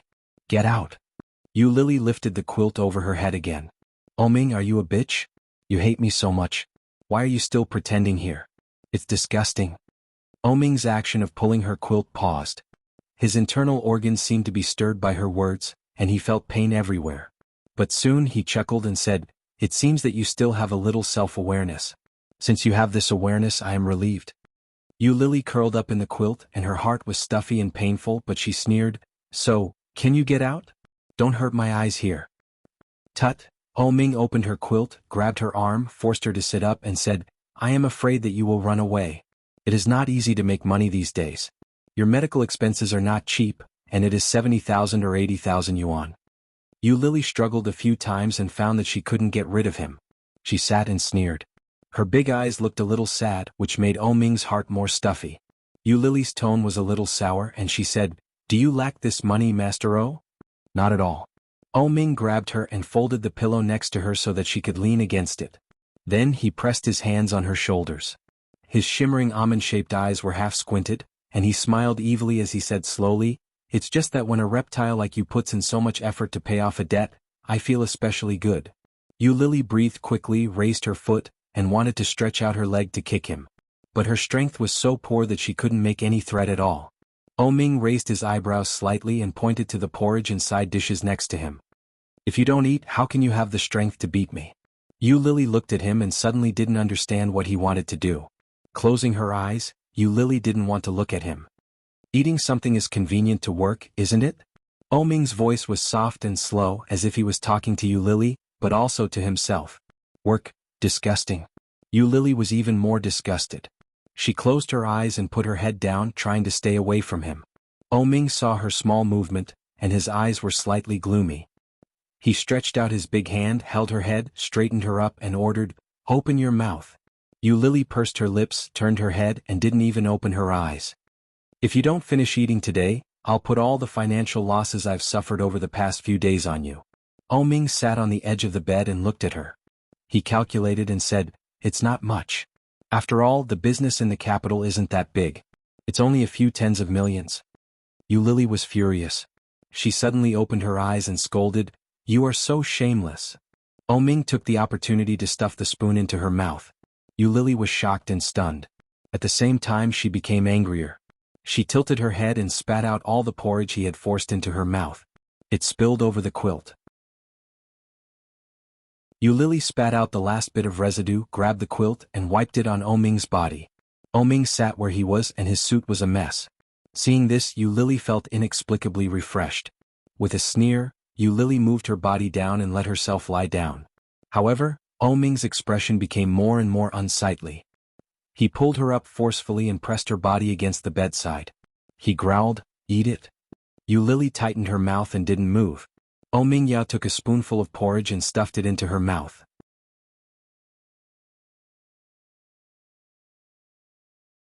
Chapter 834. Seeing this, Ming was furious. But it was at this moment that he smiled. Putting down the bowl in his hand, Ming held the spoon in one hand and reached out with the other hand. Under Yu Lily's horrified eyes, he grabbed her chin. With the force of his palm, Ming forced her mouth open and poured all the porridge in the spoon into her mouth. His big hand pinched her face and forced her to chew. But Lily clenched her teeth and closed her eyes tightly. The burning pain from her cheeks made her tears come out. There was no part of her body that didn't hurt. But at the same time, in addition to the pain, there was only a kind of numbness like a walking corpse, and she gasped uninterestedly. Living is really boring. But why don't you let me die? Lily's chest was tearing pain and tears came out in a moment. Ming saw her tears, and the determination on his face suddenly wavered. Unconsciously, his palm had slightly loosened. Lily opened her eyes, reached out, and tried to remove his hand. Ming did not insist and slowly loosened his grip. Lily's eyes were red and she stared at him with hatred. Ming only felt that there was a heat wave rolling in his chest, overwhelming him and suffocating him. When he was about to speak, he saw Lily open her mouth and spit. The porridge in her mouth was all sprayed out. Ming closed his eyes at the same time. His face and body were full of half-chewed rice. He reached out and wiped his hands, which were full of filth. When he looked down, it was a tragic sight. I have never tried to be so dirty. Seeing this, Ming's face was as dark as the bottom of a pot. He clenched his fists, gritted his teeth and growled, "You Lily." Lily laughed with a pleasant feeling, looked at him and gave him the middle finger. Seeing this, Ming also laughed, threw the spoon in his hand and stretched out his hands. Seeing this, Lily closed her eyes, raised her face and exposed her neck. Seeing this, Ming was even more heartbroken, and the uncontrollable discomfort eroded him wave by wave. Did she think he was going to strangle her? His throat felt empty and his hands slowly fell. One fell on her shoulder and the other fell on the side of her face. He whispered, "Why are you doing this?" His voice was low and slow, carrying an indescribable gentleness. Lily felt a thump and suddenly opened her eyes. Her weak and listless eyes stared at him. "Why do you have to make me angry? You know that when I'm not angry I'm very gentle to you, aren't I?" Ming's voice was gentle, as if he had returned to the past. Lily's eyes were sore and she almost shed tears. She bit her lower lip and stared at him with burning eyes. From her angle she could clearly see the red veins in his eyes. Ming withdrew one hand and took out a handkerchief from his pocket. He gently wiped his body with it. His movements were elegant and noble.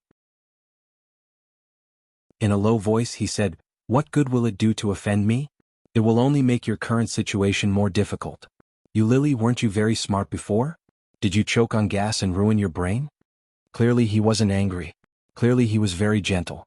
But at that moment, Lily felt that she was in an extremely sorry state, and she was also extremely humble.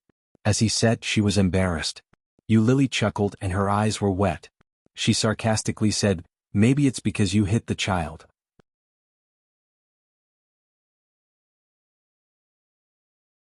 Chapter 835. The child had always been the longest and deepest thorn between them. From the moment the blood flowed all over the bed, it had been deeply piercing them. As long as it was touched, it would be a heart-wrenching pain. 2 children, his twins. The woman he loved so much had lost them. Ming's face became obscure, and the chill was like the ice and snow after the heavy snow in winter. It was bone-chilling. Lily looked at his expression and smiled.